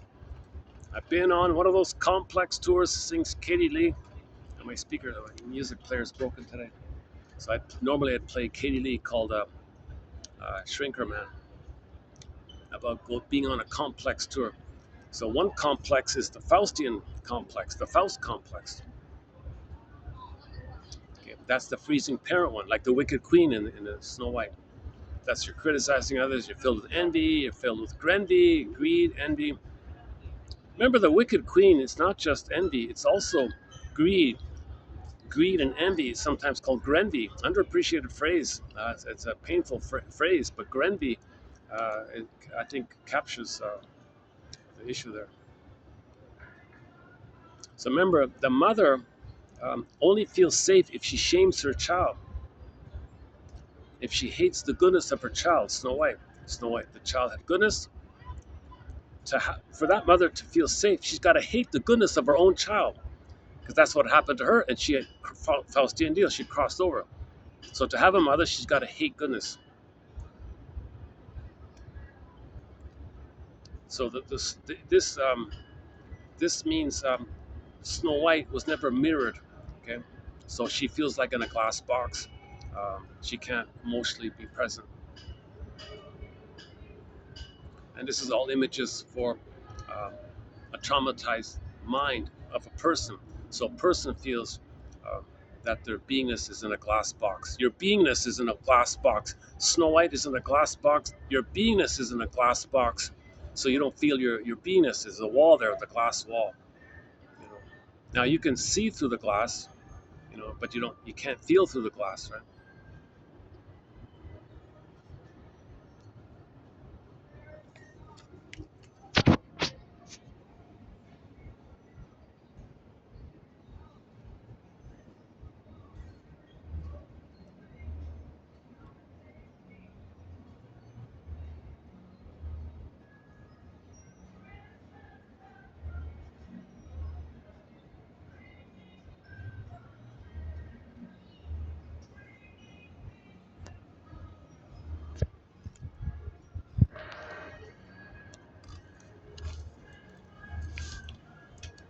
So where are we now? We're talking about and teach Ruth, right?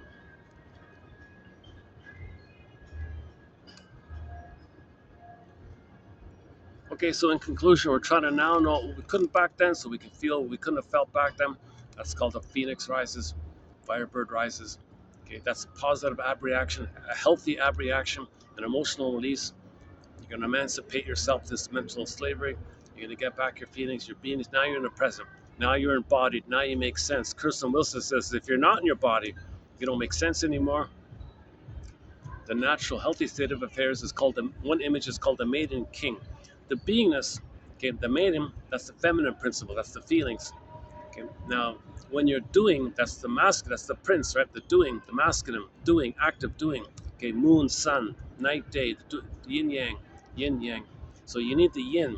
The yin is the king, maiden king, because your doing is informed by the beingness. If you don't have your beingness and you're doing stuff without your beingness, there's all the problems. Okay, Kirsten Wilson. If you're not in your body, you're not making sense literally. And now it's disembodied discourse that causes all these problems, because with disembodied discourse, you don't have the golden ball of embodiment. Now, the golden ball of embodiment, okay, means the radiance and the warmth of your feelings. So there's naturally ethics and feelings and morality and ethics from empathy and feelings. So you can apologize if there's a mistake. You have this active willingness to articulate specifically the thing you did that you feel badly about, and you're sorry for that, and you can specify what it was, and you're not going to do that again, of course. So you can make an apology. Okay. Of course, gratitude and seeing the third side of the coin, knowing your uniqueness, which you express, that's called meaning, and a path with heart, the bluebird of happiness. Okay, you can become an adult and an elder like that. You can enjoy the present.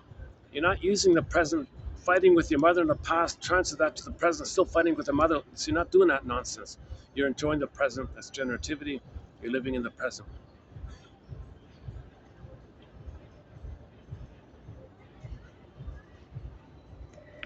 So another image, the famous Wizard of Oz.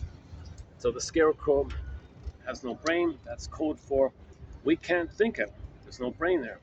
It's known. It's somatically known. Somatic memory. It's in the body. The body remembers. The body keeps the score. Every body tells a story mysteriously between mind and body. The body knows it, but we can't think it. So give the scarecrow a brain. So this is giving a scarecrow a brain. Okay, with trauma, we lose the heart. Okay, the feelings. The golden ball goes down the well. The ability to love and with your beingness, loving, empathy, yourself, tenderness, affection, all that. So the Tin Man and the Scarecrow being like that means they're going to feel disembodied as a cowardly lion. That's soul fragmentation with trauma. So those characters are kind of scattered around like that. So Dorothy's part of the system is trying to line it up. So Dorothy brought them together. That means we got to line up and bring together mind, heart, and body, line it up. Like Dorothy brought those together, we got to bring those within ourselves together. Line up your mind, heart, embodiment. And now you make sense like that when you have your beingness, maiden king.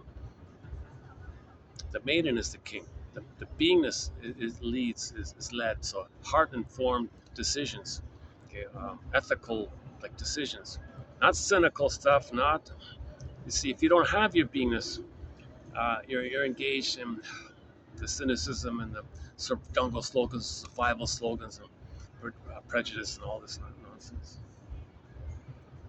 That's a sign of trauma.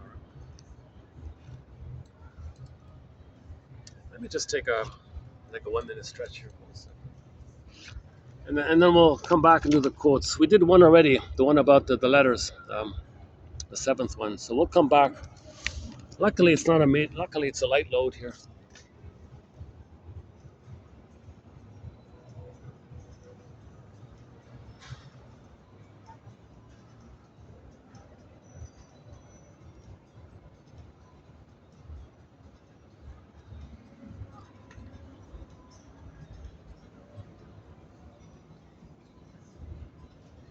I think I can walk through here, right? I'm allowed to walk through here. Oh, do you want to visit the dinosaurs? Keep an eye on my bag there.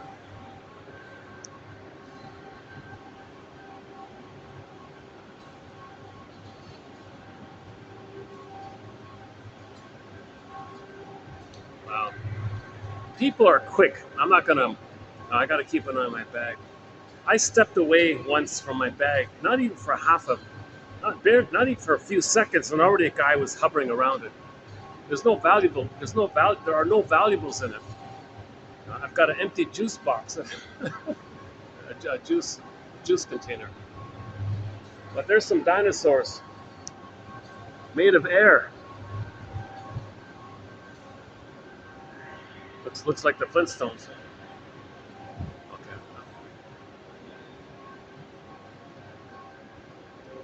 Oh, I can do this, huh?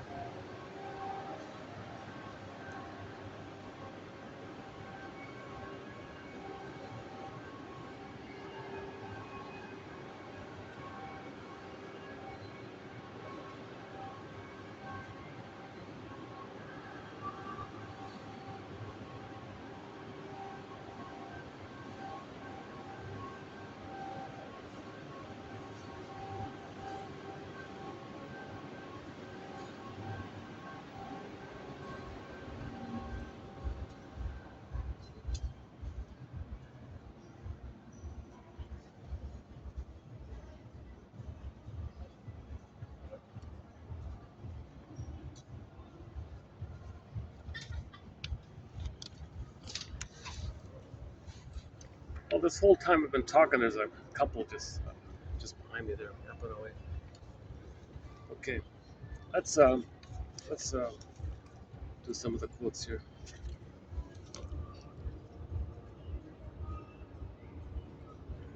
Okay, here's the one about the difference between real needs and neurotic needs. Okay, for example, a baby who was weaned from the breast too early learns how to disguise and change his need into symbolic ones. All right, so there's your ice cream for mother's sweetness. Okay, alcohol for mother's spirit. Okay, the slot machine who excites you and rejects you. Symbolic stuff. For example, he might become a chain smoker. Okay, the cigarette might be a stand-in for the nipple, for example. Symbolic. Now the cigarette just brings up fantasies of oneness. So it's symbolic. You want the oneness with your mother, and you bring it up with the regression to the pathological nostalgia of going back to the good old days when you were a one with your mother in the uterus. So the chain smoking can bring up those fantasies because it's symbolic. You didn't get the oneness with the mother, so you're still kind of stuck there. His need to smoke is symbolic. Nobody has a real need to smoke, obviously. It's all symbolic. It's all neurotic. All smoking is neurotic. Maybe indigenous people had special rituals and special occasions. That's different. But I don't think they were addicts over there. I don't know. I'm not 100% sure about the indigenous people here.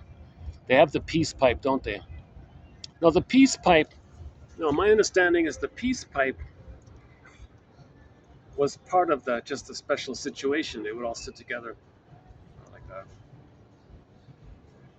But some people chew on the leaves all the time, don't they?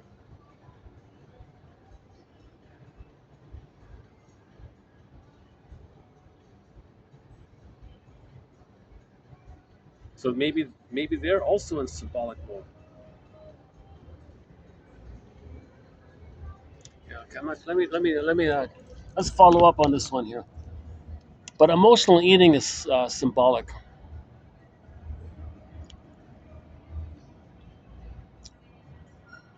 Um, okay. He said his needs. So one specific client. Okay. So he didn't say everybody. All right. So one specific person's need to smoke. That was symbolic for him.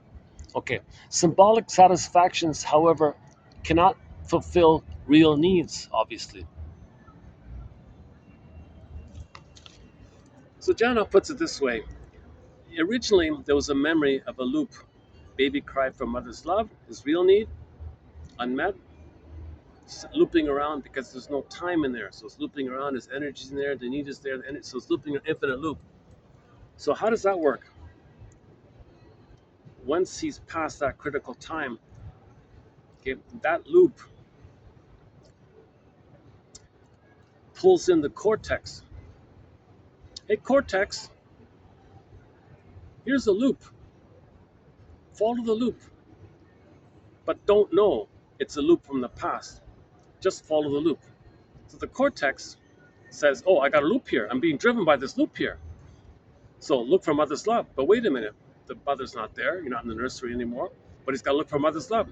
Well, how about cookies? How about ice cream? Comfort foods? Okay. Now, how about whatever, wine, cigarettes or something? Well, cigarettes is the pain. It's a tranquilizer to numb the pain.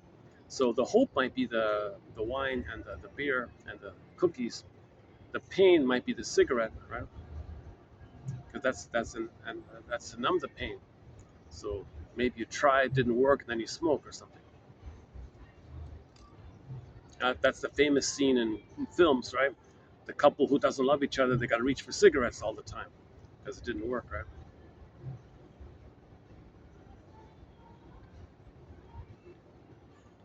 Okay, so the cortex is being driven by this loop. But what's the loop? Where's mother's love? Well, wait a minute, you're not in the past. But the cortex is driven by this loop, and it's freaking out here. It's following this loop for the past. But the present isn't the past. So the cortex figures, well, the next best thing is find some mirage of mother's needs, some symbol of mother. Okay, maybe money can be mother. No, now whatever symbolic mother you get, it never satiates. It never takes you back to the past to fill in for that missing past. So it's an infinite loop like that. So the person can be greedy, can be an emotional eater his whole life, can be a chain smoker like Rod Serling. He was a chain smoker, died at 50 due to chain smoking. It didn't work, right? Such a smart guy, right? So that's the power of this symbolic acting out.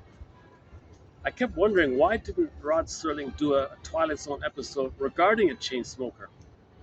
Maybe there is one. I haven't seen it yet, but I think you missed. I think you missed something. I really think Rod Serling could have done an episode about a chain smoker. He was cursed. You can't stop smoking, and he could have created something about it.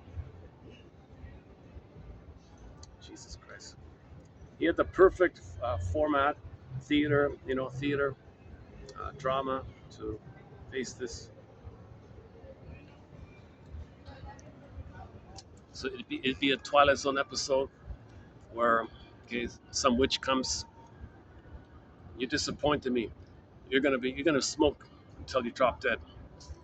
That's what he did, right? So he could present that as a Twilight Zone episode. He doesn't have to play himself. He could find someone to play him, I guess.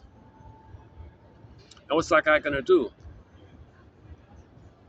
He's got to look for ways out of this curse, right? So he can explore. I'm just saying he could have explored it. Might have been helpful.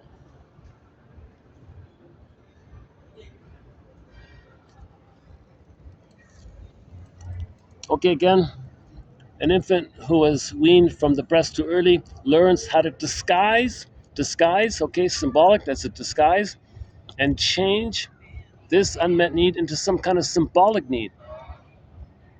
He might be an emotional eater. Okay, let's just do emotional eating. Symbolic satisfactions. Okay, milk is not mother's breast milk in the past, come on. Symbolic satisfactions, however, cannot fulfill real needs. So, what is the difference between real needs and neurotic needs? Real needs are natural needs. The baby needs mother to grow and develop at one's own pace. Okay, not being forced to walk too early, not being forced to catch the ball too early. Neurotic needs are unnatural ones. They develop from the non-satisfaction of real needs. So neurotic needs poof on the scene when the real needs are unmet. Look at that. So when the real needs are unmet, poof, now you got neurotic needs. These neurotic needs, okay, it's a need for symbolic mother. It's neurotic, symbolic mother.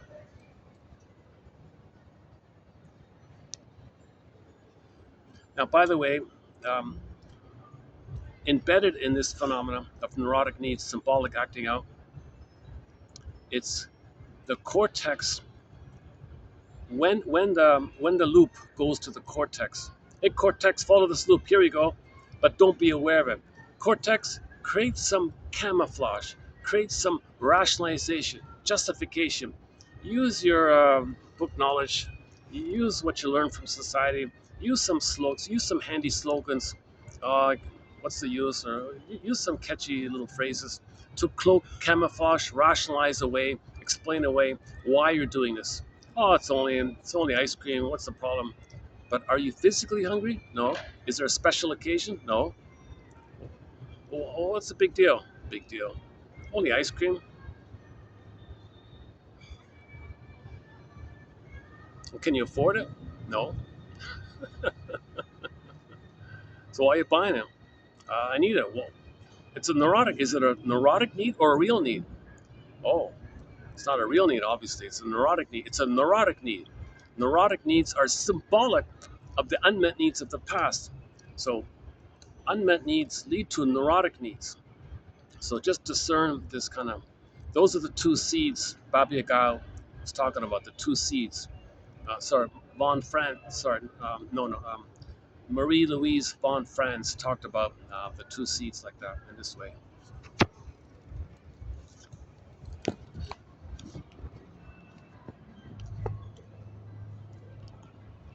Okay, speaking of, okay, here's a tribute. This is one person's tribute to Karen Horney, one of our mentors.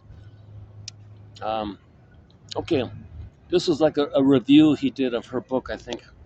Neurotic development begins as a result of impaired interpersonal relationships early in childhood. Okay, mother's impaired. If she's narcissistic, if she's a bully, if she's Iago, if she's cynical, if she's an injustice collector, grievance collector, feel like a wicked queen, envious, etc., that's impaired. So neurotic development begins as a result of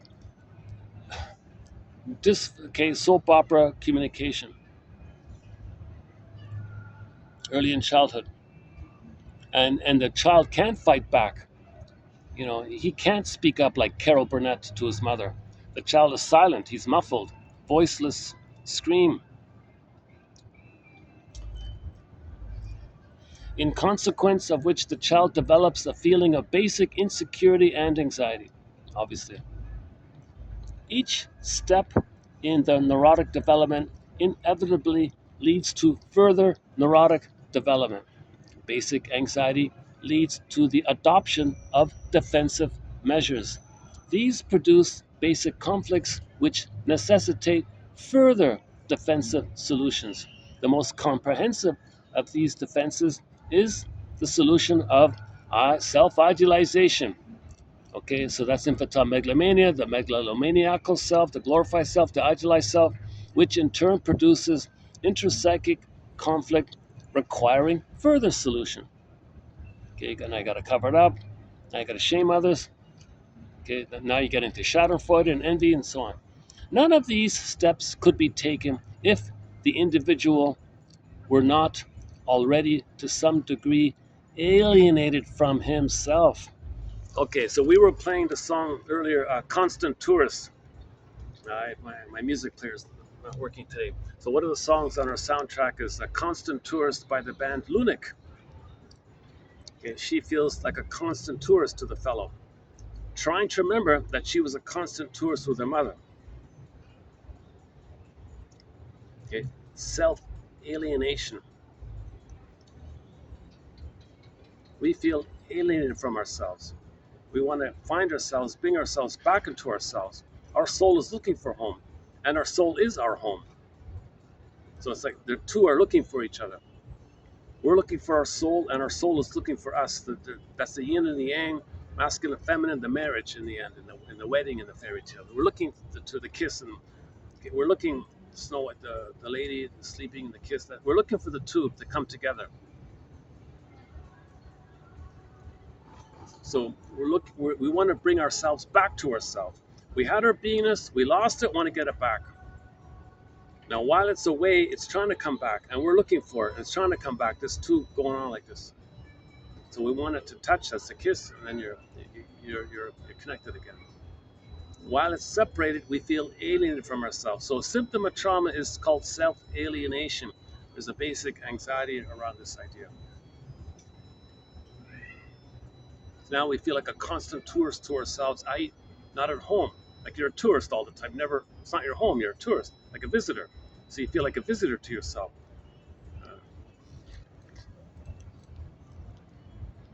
Okay, Karen Horney's theory, as it has been carried forward in her last book entitled Neurosis and Human Growth, is a living and optimistic theory.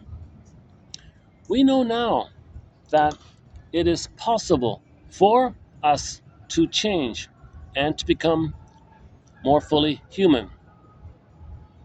We know that human beings are not by nature, hateful or destructive, etc. It's not our natural state. It's a byproduct of trauma. We're not born that way. We know that we are capable of outgrowing neurosis, and that this involves far more than adjustment, relief of symptoms, or the achievement of more satisfactory repressions. We know that human beings are not by nature the mute and songless creatures that neurosis makes of us. Okay, so Snow White in the box, okay, symptom, that's the image of our attachment trauma, relational trauma. It turns us into mute and songless creatures. Woodman reported somebody's dream where she had a dream of a dead bird in her hand, but the dead bird was speaking, "I just wanted to sing my song." I don't know if it's real or made up, but the image is a little bit helpful, I think.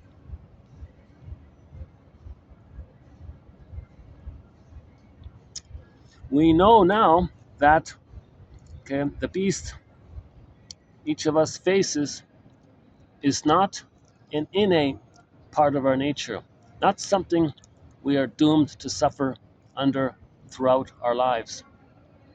It is something which we create out of inner necessity and can be given up to the degree that these inner necessities no longer exist.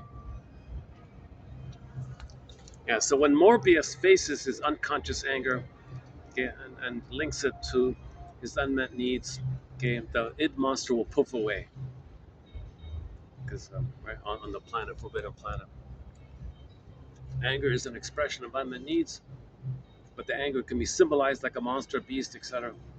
But it's from within. It's code for how you feel. These things. So these monsters are code for how you feel.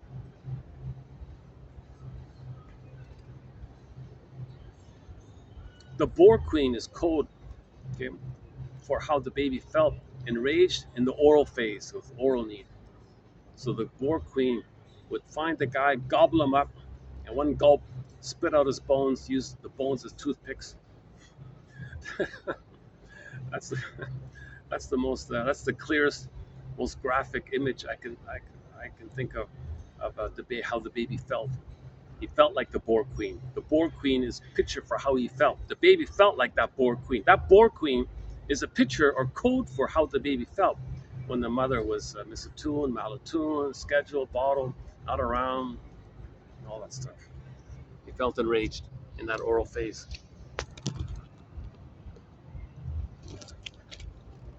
Okay, her other book, Karen Horney's her other book entitled Our Inner Conflicts, has won a Golden Windmills of the Mind Award, by the way. And that's a very good book, Our Inner Conflicts. Chapter 5 on externalization is the very important chapter.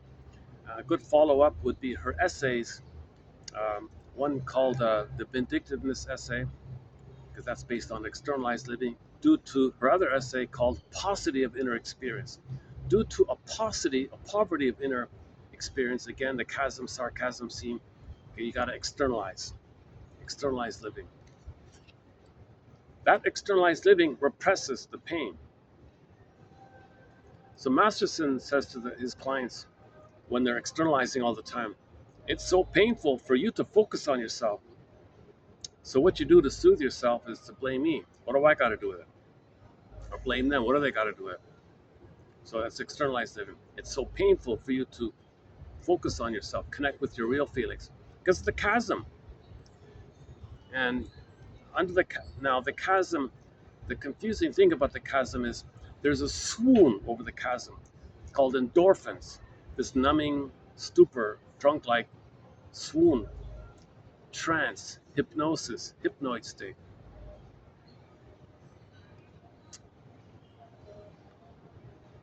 Mildly dissociative state that covers over that chasm. Okay, Emily Dickinson, there's a pain so utter, it swallows substance up. Okay, earth opens up, his core gets pulled down. So his core is like Snow White, get pulled down, same idea. Then the person goes in a swoon. Now with the swoon, you kind of go around, across, but you don't step in it, right? Positive inner experience. You connect. You cannot connect with your beingness, so you externalize living to maintain, to avoid this pain, to repress the pain, to not feel the pain, and keep the numbness, to keep the swoon. So while you're in a hypnoid state, you're blaming. While you're drunk, so people are drunk, they're blaming. Same idea.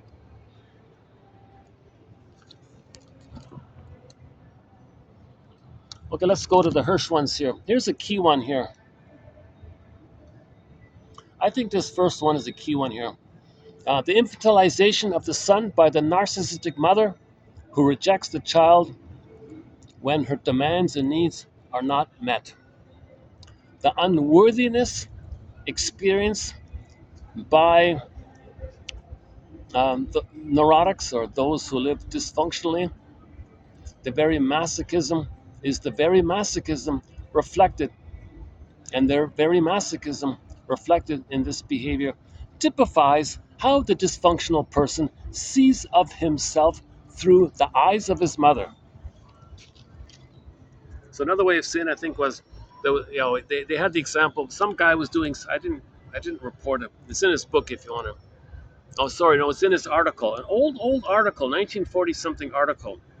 Yeah, luckily, I dug that one up. Um, Robert Hirsch. It's not a bad article. So if you see someone doing something self-defeating, like the smoker, like the drinker, he's hurting himself. Why is he doing that?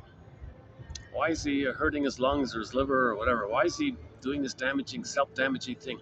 Well, that reflects how he saw himself through his mother's eyes when he couldn't meet his mother's needs. When the baby couldn't meet his mother's needs, mother looked at him with hate and anger and envy, damn you kind of thing.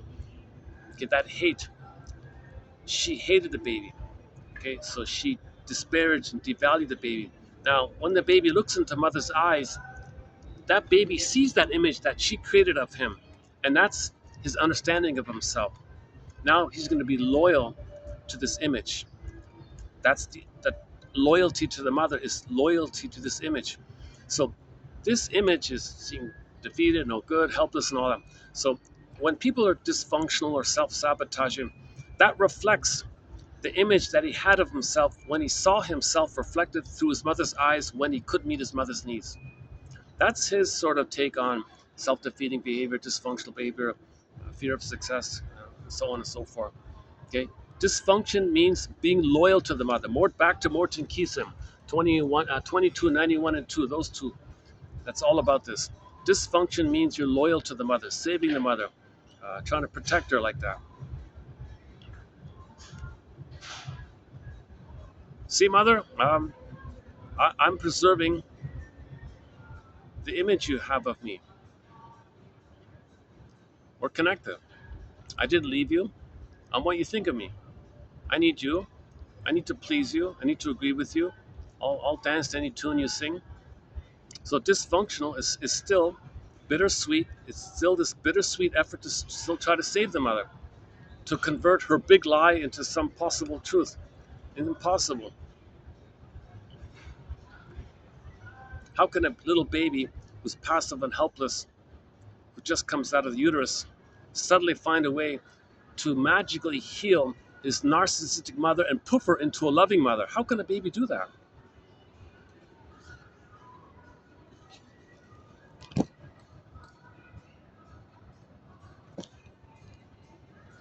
An unhappy marriage, reluctantly entered into by the woman who is extremely ambivalent toward her children. The mother presents a characteristic picture of narcissism, seductiveness, and orality. She is, quote, giving and permissive only when,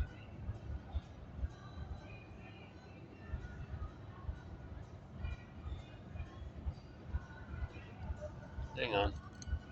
So, in essence, the child is a narcissistic extension of the mother who actually gives to herself when she goes through the motion of giving to her child.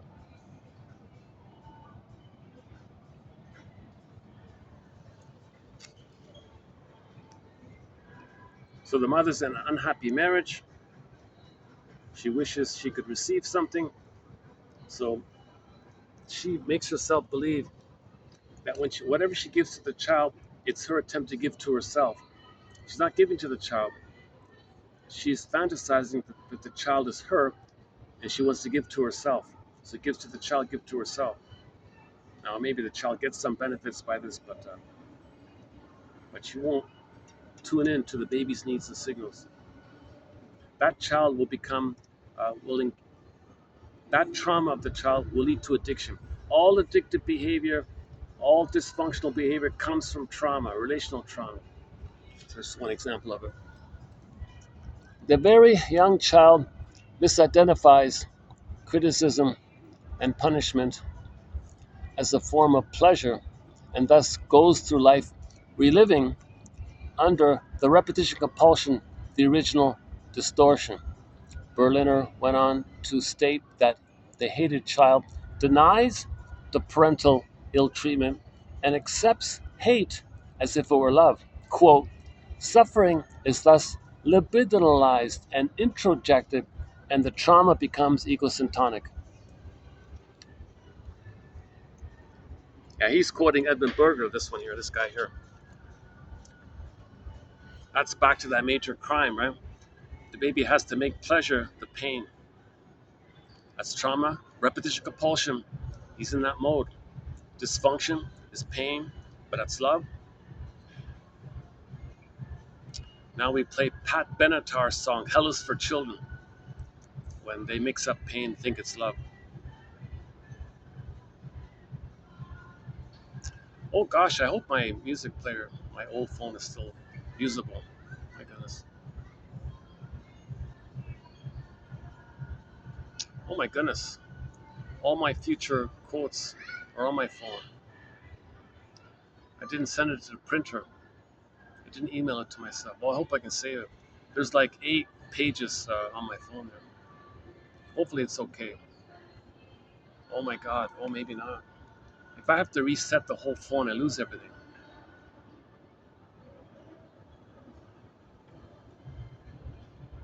Or maybe it'll save it. No, last time I reset the phone, it wiped out everything. It was like from the box kind of thing. Oh my God. Oh no. Oh jeez. If that's the case, then those recent videos are doubly important. Those Snow White videos are very valuable, I think. Hard to find quotes. So we discussed Snow White. We did 4 pages of Snow White quotes the past week. Hopefully we can get it. My goodness. Okay, one more here. Mothers of addicts, especially boys, have a powerful need to infantilize their babies, their children. In so doing, a mother bolsters her own omnipotence. Okay, so the mother makes herself feel important when she traumatizes her baby, but that baby becomes addictive. So any addictive behavior, okay, can be traced back to the mother's need to feel like a god, because the mother is engaged in pathological nostalgia. She's taking refuge in the time in the uterus when she was a god, when all babies are gods. So she feels omnipotent like that.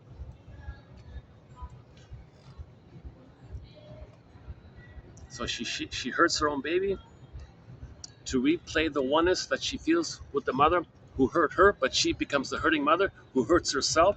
That maintains the omnipotence, i.e., the Faust complex. But she needs someone to shame to stand in for her, to make her unaware that she shames herself. She's got to shame a proxy of herself. That's the Faustian deal, the Faust complex. So it's omnipotence. She gets mother's power, the Faust complex. I got all this power. Actually, the Twilight Zone did one Faust kind of story. Um, it wasn't too good. That was a bit of a miss. That one. How did it go again? There was this really psychopathic kind of guy or something. Um, he filled with ennui and hate, and he hated everything or something. Um, he thought it'd be fun to live forever or something. So Twilight Zone, he said, "Okay, you can live forever." Faustian deal.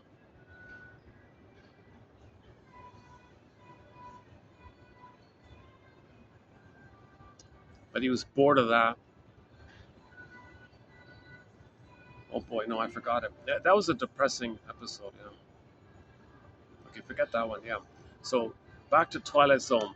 The good ones, in my opinion, are Wong's Lost and Found Emporium. That's number one. Gabe's Story, number two. Okay, Take My False Life, Please, about the comedian guy facing hell, the shame.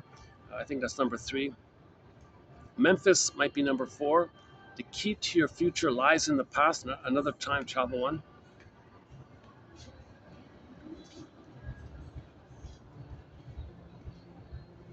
See, the number five is either going to be Saturday or To See the Invisible Man. Maybe they're tied for five, number five. Okay, so we've done about a dozen good episodes so far. So I found 1 out of 10 of those episodes to be pretty good. Um, it's kind of like a hit song on a CD, and I'm hoping likewise there'll be one hit out of every 10 quotes. So your mission, okay, play the theme song. Oh yeah, I can't play it. It's pretty. It's fun playing the theme song to Mission Impossible. I've only done it a couple of times, so maybe we'll start to wind down here. Yeah. So your mission, should you choose to accept it, is to read these 8 quotes and pick one. For me, the first one definitely. That's a key one. That's a key one. If someone's dysfunctional, that's their image of themselves. The image they saw of themselves seen through their mother's eyes when they didn't meet their mother's needs. And that dysfunction is frozen in loyalty and one with her. And you believe the big lie. So dysfunction means you still believe the big lie. Yeah. Play Rick Emmett. Picked up my guitar to lay the message down.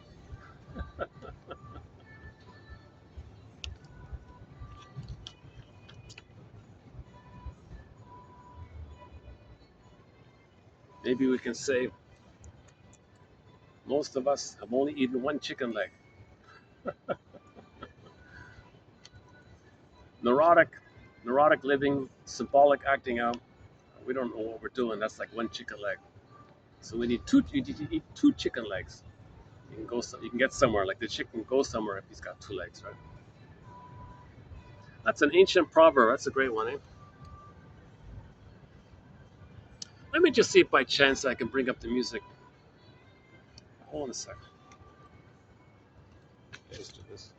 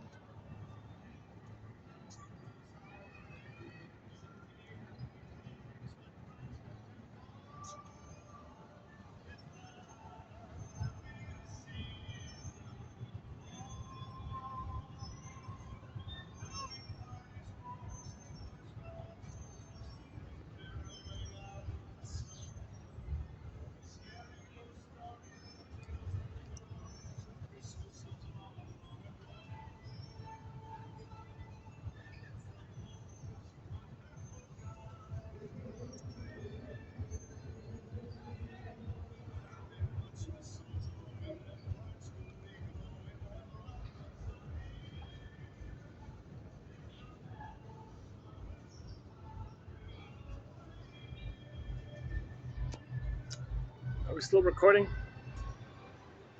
Okay, let's check.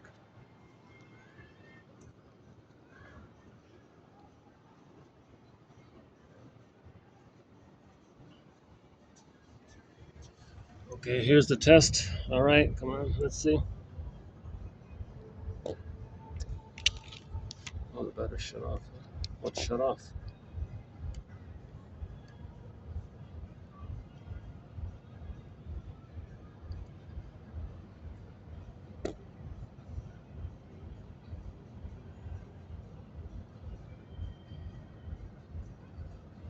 No. Okay.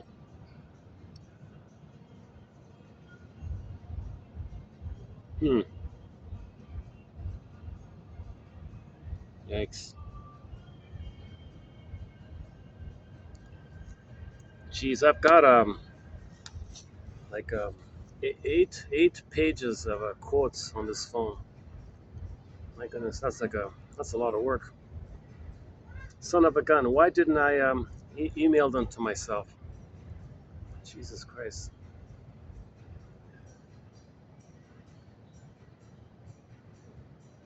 No. Son of a gun! Jesus! Oh my goodness! So we were gonna, yeah, we got a lot of good quotes coming up. Jeez.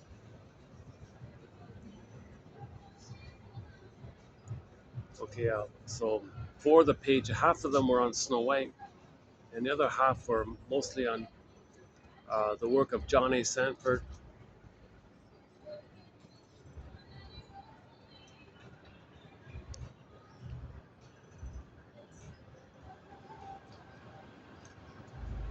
All right, ups and downs, little mishaps here and there.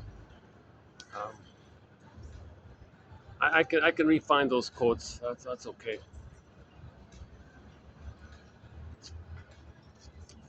Okay, let's close this video here.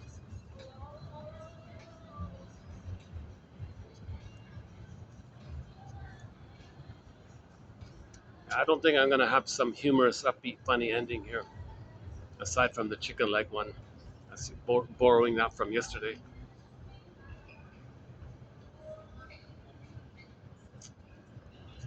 Geez, I really need I need the music to close up with. We could close up with our theme song. We could close up with Jane. Back to Jane. Build a Jane mind. Let's try one more time. Oh no! Oh no! It didn't. This shuts out. Huh? Put it down.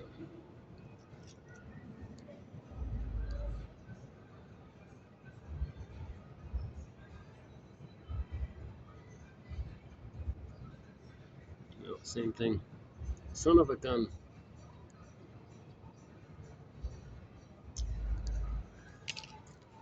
See, when I do the reset, you lose everything in it, right? Son of a gun. Son of a gun.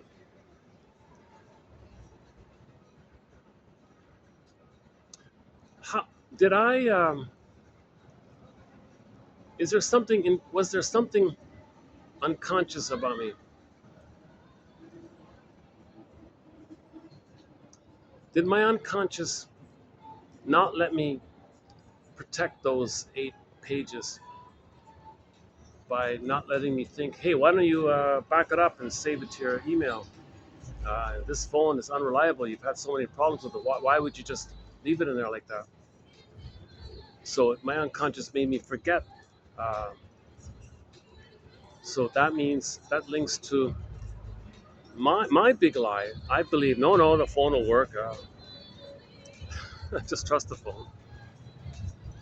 Yeah, but your mother lied to you. This phone lied to you. So I believed my own big lie, or I transferred the big lie onto this phone, knowing that the phone lied to me. No, it won't lie to me. It's good. It's a good phone.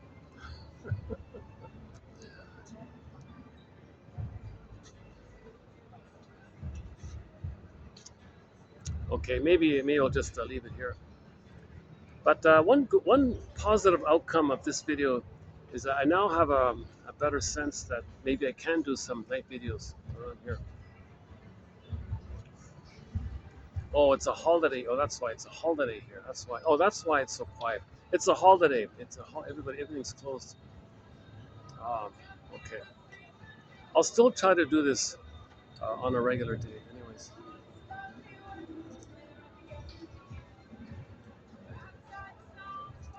Um, okay. Well, so once again, I'll just close up the mission. The basic mission is to go to patreon.com/narrative medicine and get this encyclopedia of insights, and then to spend 10 minutes a day, roughly on average, read 10 quotes a day and pluck out one and email it to yourself, write it down. You sort of have to do something with it. So free associate with it. Um, what does it suggest to you? What does that quote remind you of? And then validate your feelings at the same time. And just see what comes up spontaneously. And just add little notes to it. That's the ongoing process, unconscious to conscious, the yin yang. It's a daily activity to make the unconscious conscious. John A. Sanford says if you don't do that, you're kind of you're kind of betraying yourself a little bit, because your unconscious is your soul sending you a letter, you know. So these quotes are also like, like daydreams in a way. You wanna.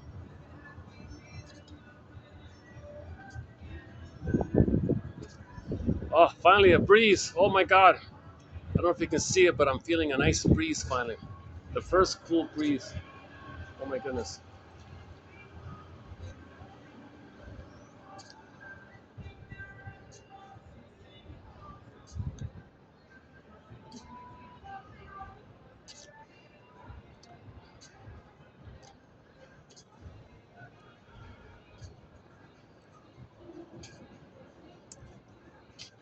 Okay, let's close up with our theme song.